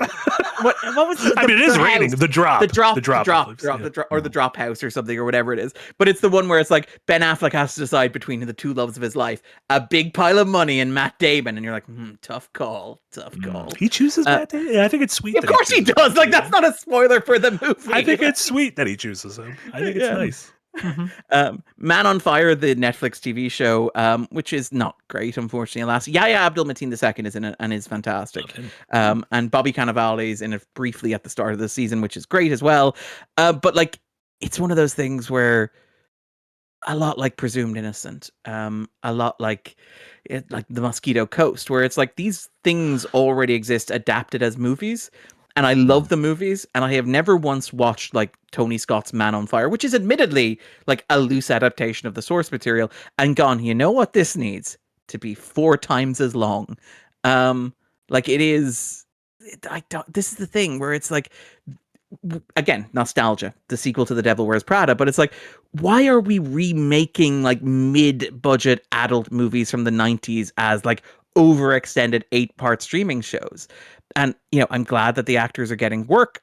I think the performances are good, but there's a lot of like hurry this along to the movie or to the show, where it takes like 2 episodes to get to the premise of Man on Fire, like to the starting point, to the one thing that everybody knows Man on Fire is about. And you're like, it should not take you the bones of 2 hours of screen time to get to that, what is the starting point of Man on Fire. Is this just a case of like the producers have the rights to these things, and you know, instead of finding a better vessel, instead of finding a better script, they just say, well, we already have this in the toy box. And I think it's part of it, I think, is it has built-in marketing because people know the Denzel movie. And so, you know, maybe people will be able to will watch this solely based on being like, I like that movie from 25 years ago or whatever. And I mean, people on Netflix who search for Man on Fire, they get recommended this guy. They're going to turn it on. Like, you're not going to unsubscribe from Netflix or subscribe to another service to watch the other Man on Fire if it's offering you a Man on Fire. There's a real, like, we have a Man on Fire at home. But I was sadly and again, like Yahya Abdul-Mateen, one of the great actors, an incredible performer, and like he does feel a little bit like Mateen is kind of one of those guys where in 10 years will be like, he has done so much great genre work, Watchmen, Wonder Man, etc. Yeah. We'll be like, did we waste? Why isn't he also doing why isn't he getting Oscar nominations? Why isn't he, leading projects like Judas and the Black Messiah and stuff like that? And obviously the answer is because the industry does not have enough roles for black men or for people like that. And so, he doesn't get the opportunities, but it is so fascinating how good he is and how incredible he is and how it feels like, as much as he elevates all the material he's in, and as glad as I am to see him in Wonder Man and Watchmen, I'm like, that man should be on his 3rd Oscar nomination by now. I got a question. How come he's in so many movies with the word man or men in them? Aquaman, Candyman, Watchmen, Wonder Man, Man on Fire. What's going on? Yeah. He's a whole lot of man. He's a whole lot of man. Hell yeah. Yeah. Is he the best thing about the Aquaman movie? No, Patrick Wilson is in there as well. But like him and Patrick Wilson are great in the Aquaman. He was really. movie. I thought he was great in the first one. It says here he was in the second one, which I do not remember him in the second He one. is I'm not the even sure if I main saw the villain second in the one. If I'm second- being honest. I do not remember. It's possible I didn't see the second one. Patrick Wilson eats a bug in possibly the closing scene of the DCU, depending on how you count things. It's Was it the snatches little a cricket from cockroach- Flash? Yeah, and he puts it on a sandwich and eats it. Yeah, Delicious. Wait, was and it the then- character, the little cricket character? no, it's an actual. Who's that little bug? The little talking bug who appeared in like a post-credit scene of one of the DC movies? He's like, I'll get you next time. I think he was at the end of Shazam. Oh, that's Mr. Mind. You're thinking of Mr. Mind. Yes, I'm always Mr. thinking Mind. of Mr. Mind. He's a caterpillar. Yes, he's a giant like racist caterpillar. He's not not racist. I didn't know he was racist. They were all around during the 40s, Marty. What do you want from them? There he is. Him and There's Zachary Mr. Levi Mind. are going to have a great time in that Yeah. Shazam movie. I mean, they were pushing for Shazam 3, the two of them teaming up. Now, Yeah. Mr. Mind's great. Mr. Mind is like such a fantastically absurd little villain. The little kind of mind control telepathic, kind of like, there he is in 52, where they kind of. I also give him a keep gritty thinking reboot. you're saying Mr. Mime, like the Pokemon who fucks Ash's mom when he's not home. But yeah, Jack knows what's going on. You mean the Robert Pattinson of the Pokemon of the universe? Odyssey? If it's one thing Robert Pattinson is, it's the Mr. Mime of the Odyssey. I got And by the way, I think I just came up with the next video essay. Yeah, perfect. I love Ash being like, I gotta get back home to Palatown. He's gonna fuck my mom. If you think Mr. about it, that's kind of the arc. Mr. Mime passing him a note saying, "You don't even remember your daddy." And then That's good finally, stuff. like an actual good one, which I really, really enjoyed. The Sheep Detectives. I think we got a question about this a couple of weeks ago, our expectations for this, and I was like, I think this will be charming. It is very charming. Written, as we mentioned, by Craig Mazin, who is the writer of Chernobyl. I will say, when we left the film, I took a couple of my friends and their child to go see it. Couple of things came out of that. First of which is the kids call the 1990s the late 1900s, which makes me feel really old. Oh, I no. don't like that. Also true, Oh, but I yes. don't like It it. is 100% true, but I don't like that one bit. Yeah, no, that was a real like time comes for us all moment when I was like, it reminds me of Babe, and the child was like, oh, that's a movie from the late 1900s, and I'm like, yeah. And then Darren turned to dust. literally like the man in like is it Indiana Jones or the Last Crusade when I drink from the wrong cup. Sheep Detectives, a really, really good time. Really charming movie, a proper cozy mystery. I would argue like a better cozy mystery than something like the Thursday Murder Club, which is on Netflix. This is produced by Amazon. Could have worked on streaming. I'm glad it got a theatrical release. Just like really fun and really clever and like really playing with its premise and like weirdly enough actually about things and with like actual teeth to it. There is like a sequence in the middle that has like actual stakes in it and has like actual dramatic tension in it.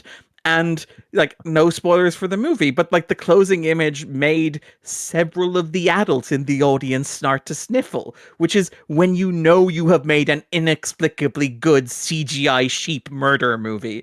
I I had a really good time. We left talking about Babe, which is the highest compliment you can pay a movie like this, is that it reminds you of Babe.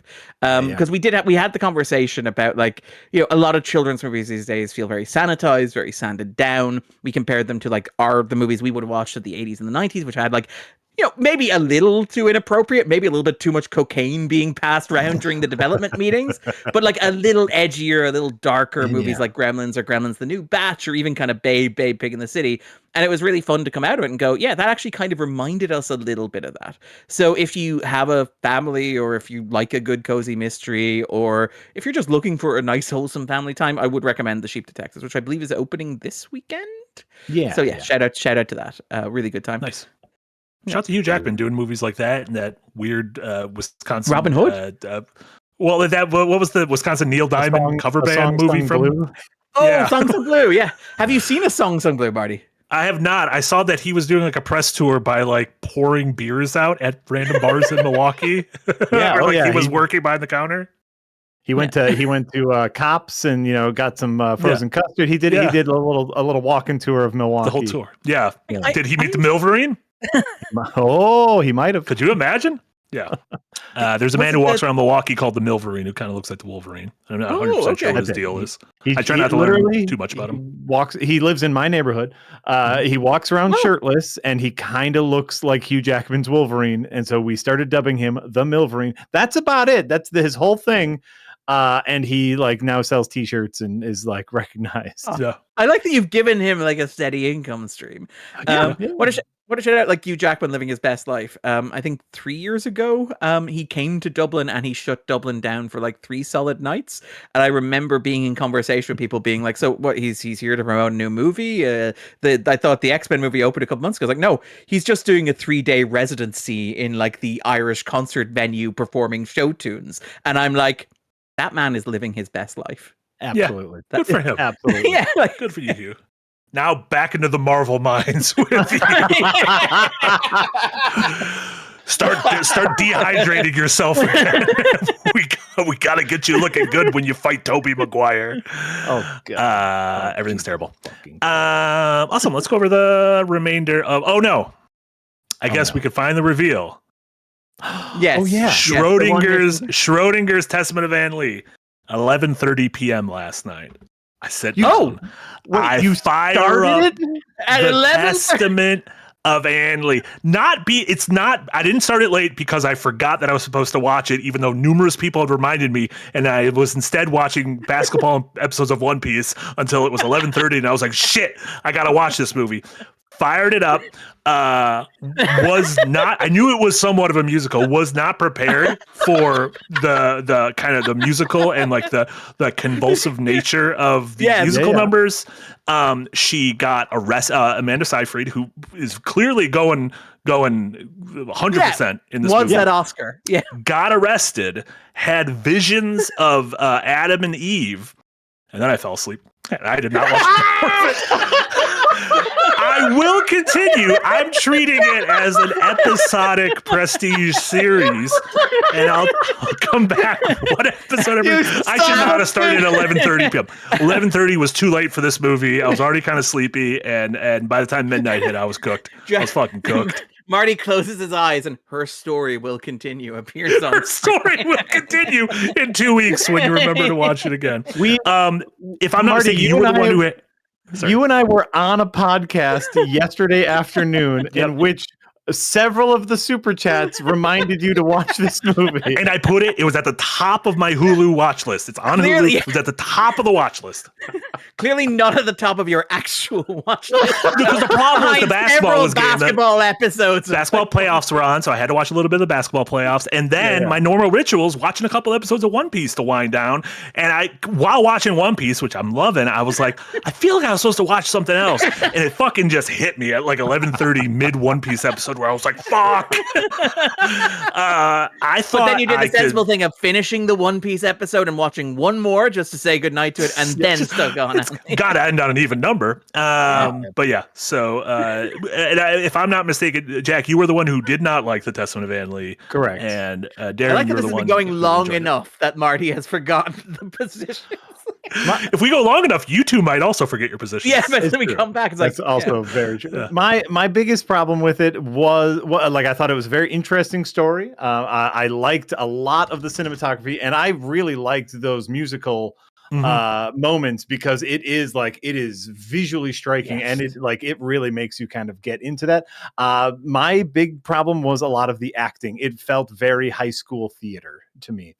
In a lot of the acting, and so that was just it kind of threw off the balance and the tone of it, which was a very dramatic movie, a very serious movie about very serious topics. And then they would look off in the distance and say, "What about God?" and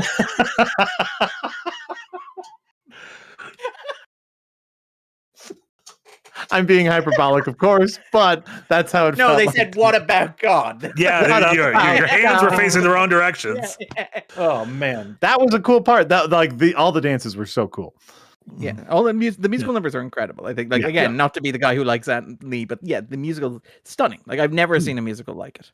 Yeah, and she goes for it. I think yes. Amanda Seyfried is a national treasure and needs to become safe. Yeah. I'll report on the second half hour next episode. You now have 2 full weeks to watch it. If you once again do not, you might be fired. Like we might have to fire you. What if we Marty starts watching it when the podcast begins, and he's like, "I think I'm caught up by now." You know what? I can only finish it. We can only talk about it in the episode where we also talk about the Mandalorian and Grogu. There we go. Oh, I'm off that week. I forgot. I have to go and have diarrhea. Yeah. Emergency diarrhea surgery. Okay, last couple. Is the surgery installing diarrhea? What's going on? Last couple. One of the directions. Jomo Slow-Mo, thank you so much for the dono. Pacino, hey, hoo-ha, walla walla bing bang. Nice. That was the Witch Doctor. How come they don't make any movies about the Witch Doctor? Remember that song? It's an absentee landlord. See? Yeah. You know what's going on there. Retican Tunas? Jesus, fuck that one up. We are at the end of this episode. Do you guys look forward to any Blu-ray releases? You two are still physical media boys, right? Relatively and kind of cautiously, yes. Okay.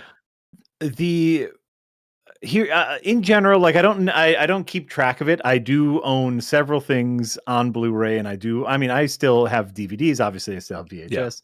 Yeah. What is remarkable is the quality difference in the picture. We have gotten so used to streaming. Y'all pop in a Blu-ray and play it on your TV, and it is a vast ocean of a difference. The quality you are missing is shocking. Yeah. And so, like, if it's a movie I really like, I got Weapons on Blu-ray. Something you're going to watch a few times. Something I know I'm going to watch a few times. After watching Rear Window, I found a really nice Blu-ray version of it. A couple classics like Criterion Collection, stuff like that. Stuff that I know I want to watch, and when I watch it, I want to watch it in the highest possible fidelity. Yeah. Adventures of Ford Fairlane. I do own The Adventures of Ford Fairlane, both on DVD and on a Spanish release of Blu-ray, only because it had a way cooler cover. It's insane that a week ago we didn't know what this was. And like, what a line of demarcation in our lives. It is now like a genuine curiosity for me, The Adventures of Ford Fairlane. Not a bad movie, not a terrible movie, not a good movie, but not a comedy detective rock and roll Hollywood story starring Andrew Dice Clay should be terrible, and it's not, and that's fascinating. But no, I think Blu-rays are really incredibly important, especially if you want to watch cool things. Yeah, and like restorations are great as well. Like I don't think I've got any on the list coming out aside from the Doctor Who remastered movie that is coming out later this year, or I think I've got like the Avatar Fire and Ash 3D Blu-ray on pre-order that hasn't shipped yet. I'm quite looking forward to that. A lot of stuff I buy is like the 3D stuff because you can't stream in 3D. Sure. And then like archival restorations, like the recent Criterion Killers of the Flower Moon, just incredible. As you say, it's remarkable the difference you feel in the texture in terms of like watching it on Blu-ray as opposed to watching it on streaming. And I think I mentioned a couple of weeks ago, but like the Excalibur from I believe it's from Anchor. It's from Arrow. Sorry, it's an incredible collection and it's an incredible restoration. And the movie the movie always looked good. It has never looked as good to me as it looks there. So a lot of this stuff is a lot of archival stuff and very rare stuff. So it's because obviously shelf space is at a premium. That's the problem with like archival stuff. I starting from my first job as a teenager, probably through 2011, 2012, I have a collection of probably over 1,000 movies and TV shows on Blu-ray and DVD. And I just fucking stopped one day. And I just literally have not bought one since then. And yeah, I mean, it is part of it's just sometimes it's moving, it's storage, it's everything, but yeah.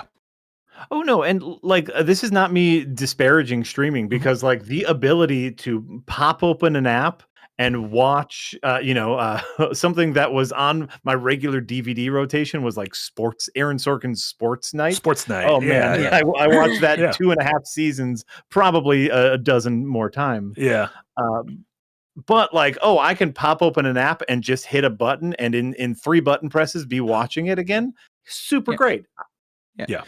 And like to shout out, like one of the things about discs is the special features as well, which don't really exist on streaming. Sometimes Apple will have them, sometimes Movies Anywhere will do them. But like somebody in the chat mentioned the Star Trek Next Generation Blu-rays, which are incredible. And you can watch Next Generation now in like high definition on streaming, and it looks gorgeous.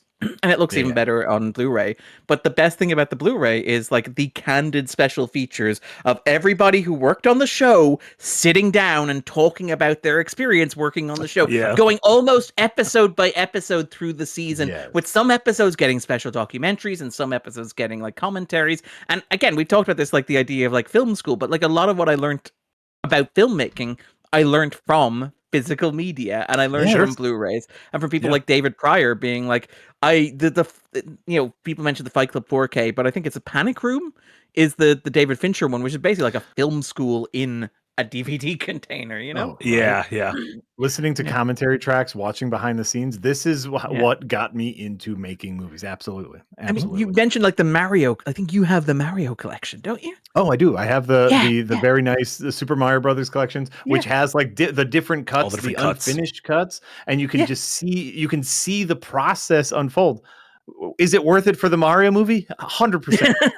Fucking 100%. Yeah. Special shout out to the Adventures Now Blu-rays, in which we did a commentary episode on every single fucking episode for season 1 and 2, which by the way sucked. It was so much work to do that. At a certain point, you're like, I don't have any more to talk about. But and now we're putting. You should do the Arnold Schwarzenegger thing of describing what's happening on screen. Yeah, that's what ends up happening a lot. But we're putting together the season 3 Blu-ray now and making sure we have all those special features on there. And not to say. And by the way, we haven't even mentioned anything about just media preservation. At any moment, YouTube can press a button and it's all gone. They probably won't, but they fucking could. Sure. Yeah. Right. Yeah. Absolutely. Yeah. Sussy Guru, thank you so much for the €5 dono. Wait, so it's not a condensed version like Dragon Ball Z Kai. I think that's referring to when I was talking about the One Piece, the new animated series. It is going to be more condensed. I think the new season is going to be only 700 episodes. It's going to be 7 episodes, and I think they're getting through the first like 30 or 40 episodes of the original anime. But again, there's a non-zero chance we will be dead by the time they catch up. So yeah. I mean, the trick is to like by the time that adaptation, the reboot starts. Point, that's exactly it. It's like animation technology has moved so far ahead that we need to reboot it again. Yeah, I don't see any problems with that. Deebs, thank you so much. $10 dono. Arrested Development season 4 was made with the idea of binging and rewatches, so it's just originally in a weird order and doesn't quote unquote work until you finish it and watch it again. Then it's just kind of okay. I don't know. Maybe that's what you aspire to. You aspire to be like on second watch, it's passable. Yeah. I am close to the point where they reveal what Mr. F means with Charlize Theron, and I'm like, this is probably going to be one of the things that does not age super well. If anyone remembers that arc, we'll see. We'll see. Everything's fine. It's a product of its time. Sussy Guru, thank you so much for the dono. What do you all think of the old sitcom? 15 years ago? No, season 3 was like 20 years ago. Okay, all right. I think I was. It's not. Listen, not great. But no, I know, but it's like is it Nirvana the band, the show, the movie thing, where it's like they was it 2008 or whatever? Yeah, why they go to the laughing Hangover? Yeah. It's honestly kind of exactly like that. Yeah, at least Arrested Development seems more aware of the people who are doing this are bad people. So Sussy Guru, thank you so much for the dono. What do y'all think of that old sitcom Married with Children? I remember it being huge here in Germany. It was pretty big here in the States, I'll say. We were an Al Bundy house. Love a little Ed O'Neill. Yeah, like a really early example. One, I think a funny show, like good bits. A really nice early example of the audience not understanding that it's supposed to be a satire. Sure, yeah. You should not strive to be Al Bundy. Yeah. But what I will tell you is my dad loved Al Bundy and wanted to be just like him. Not a thing to strive for. I want to be just like Walter White and Tony Soprano and the Joker and Tony Montana, and I don't understand why this is a problem. Yeah, but it's something that goes back to like Archie Bunker and All in the Family. Like, it is so fascinating that there is such a strong lineage of like the audience misidentifying what the point of the character is. Hey guys, I think we should start a fight club. Great idea. It's like that's my guy. I mean, I don't understand any of the themes of it, but I think we should just start a fight club. I think that's a good idea. Worked out pretty well for those guys, right? Yeah. Meatloaf Especially Jeremy Leno afterwards, right? Yeah. Jeremy Leno had a great career afterwards. I am Ravenose. Thank you so much. Re-upping the value tier. Speaking of Krager's Resident Evil, what about the reaction from gamers and film snobs having a pissing contest? I think, again, that is part of that dialogue where I'm like, I am happy that I could see that and be like, it's like Godzilla and Kong. Let them fight. Whatever. Yeah. Just let them bash each other's brains out. I'm excited to see the movie come September, October, whenever it comes out. Trailer looks great. By the way, I still haven't seen Barbarian. So you should see Barbarian. Wow, I'm just a weapons head at this point. Yeah. Is Barbarian on Disney Plus along with The Great Testament of Anne Lee? That's a 1-2 combo. Listen, if I fired up Barbarian at 11:30, they are both about complicated women. To be fair, yes. No, I'm so like incredible musical. But like the trailer looks great. Some great imagery. I'm also not a huge I'm a Resident Evil 4 fan, and that's it. Which of course is the silliest of all Resident Evils. Yeah. And so I got no skin in this game except for I am now a Krager's fan. So there you go. Yeah. Mop Man, thank you so much for the $5 dono. I'm just saying, Marty, we only made a big thing of it because you did first. You know what? I'm starting to feel persecuted like my girl Anne Lee over here. I think that's what her whole deal is in the first half hour. You can finally relate to Anne Lee. Yeah. I feel persecuted and the voice of God moves through me. Yeah. Two things we have in common. Like 2 weeks ago, we did say because I generally did not like the movie and Darren generally did like the movie. So what we said is you are going to be the arbiter of what the Rewind thinks of this movie. Yeah. It turns out it gets sleepy around midnight. It gets real sleepy around midnight. Gets real tired. And I woke up in the morning and I had to do a bunch of work and we had meetings. I didn't have time to rewatch it. Hulu had already started playing the Scrubs reboot off the back of it for some reason. This is a weird combo. I don't think these work together. And then finally, JG, thank you so much for the 10 Canadian dollars. Got to see Hokum last night. A lot of it definitely felt very genuinely Irish, right up to when the old man was terrifying the kids about a rich witch ripping off stuff. Granddad did that nonsense all the time to me. Is that like an Irish thing of grandpas just fucking with you? Yeah, there are strange creatures that live in the world, in the woods, and will do terrible things to children. So behave yourself, basically. Which I imagine is common. I always assumed is common across most cultures. I would be shocked to discover that it is like particularly Irish. But yeah, no, it is. It is a very Irish movie, to give credit where it's due. And again, obviously, Adam Scott is an American. I get the sense that he's in it because Severance is shot over here, and so he would have like forged connections in the Irish film industry. I saw it at a screening with the director there, with the crew, and with a lot of the cast there as well. And like even in terms of like cast, I'm very excited for like international audiences to get to meet David Wilmot, who is like one of the great Irish actors who plays like the third lead of the movie and is phenomenal in it as the gentleman who gets high off goat's milk with mushrooms in it. It's very amongst us. Who could say no? It's great because he's one of those guys where he has been around for 20 years, and initially you're like, he's a beardy, big nose character actor who is making no concession to like what the standards of male beauty are, and it's like you just wait for the industry to come around to him. It's like beautiful on a long enough curve. It isn't that David Willman starts looking like other conventional Irish leading men. It's that Irish movies start having a David Willman type character in them, which is kind of great. It's always good to kind of see somebody in the industry kind of carve. It's like very like Bill Camp in American movies. Whereas like once people figure out what Bill Camp can do, all of a sudden American movies start having like a sweaty, baldy crumpled trench coat guy who has thoughts on things. But yeah, I really enjoy camp season. It's absolute camp season. I love that, man. We're all going to camp. We're all going to camp. What if he was the villain of the Jane Shun Brown movie? We're all going to the world's camp. Oh, that sounds good. But more like he could be the sex and death camp. Teenage sex and death at Bill Camp Mizuma. Yeah. Perfect. No notes. That's exactly what the movie's about.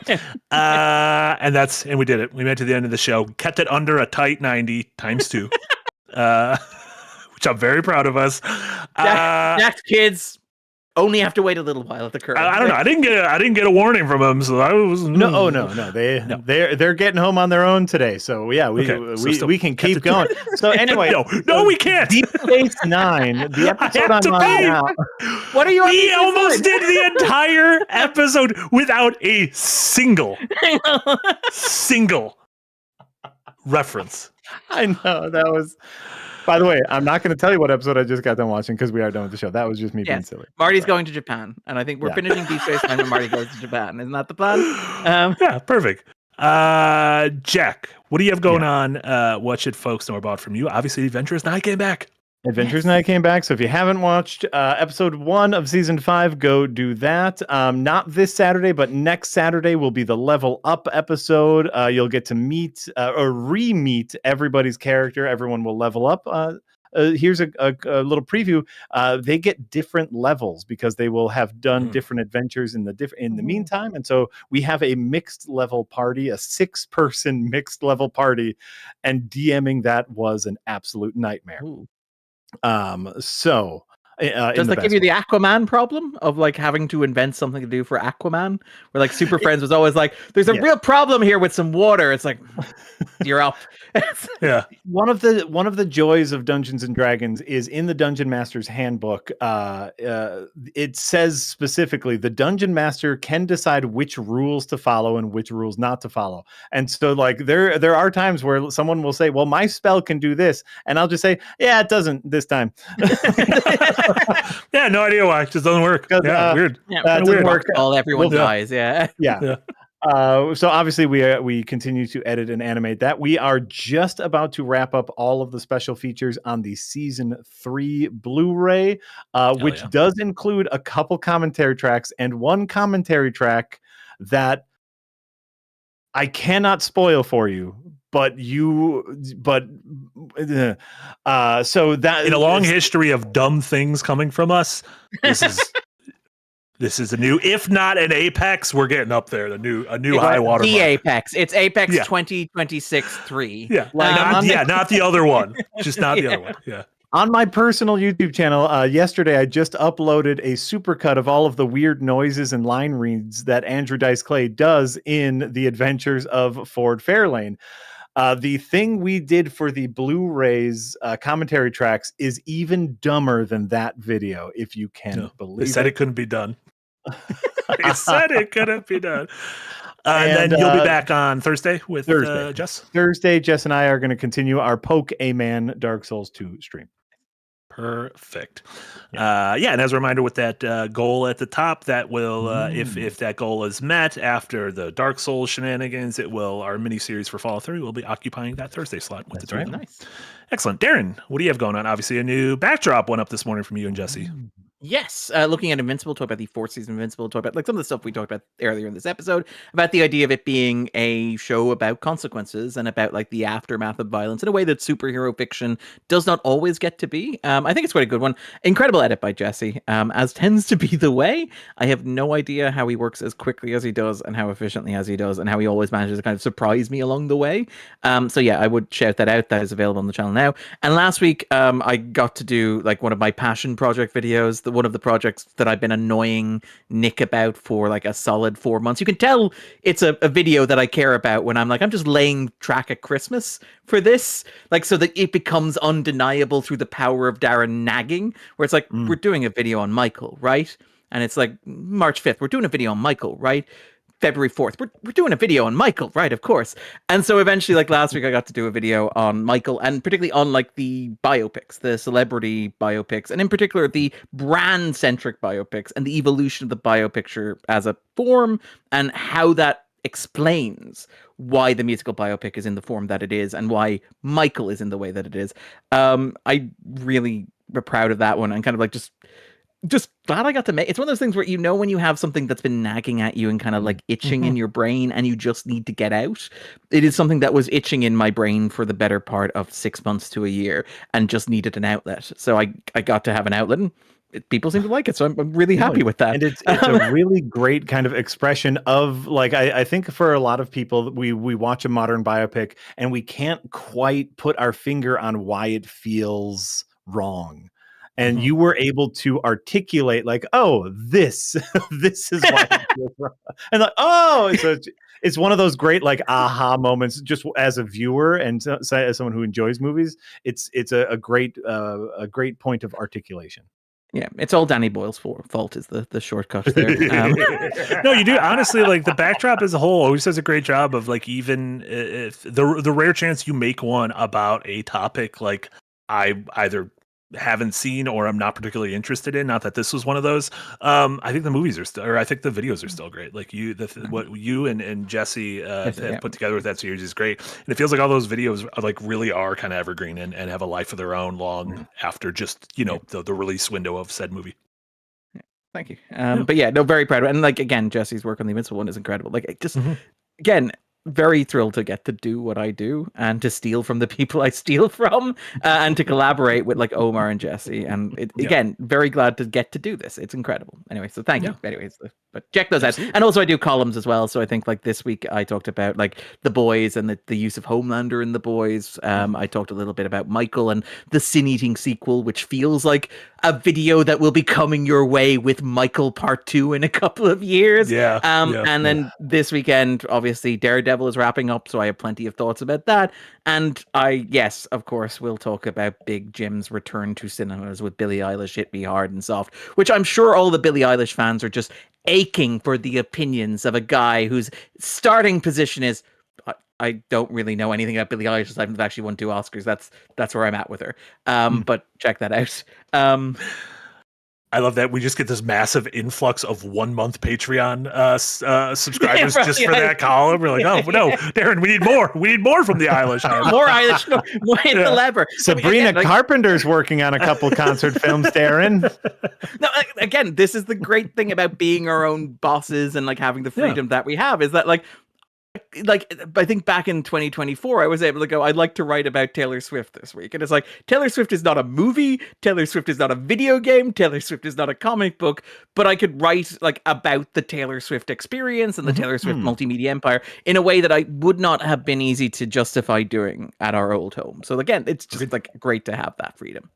It's true.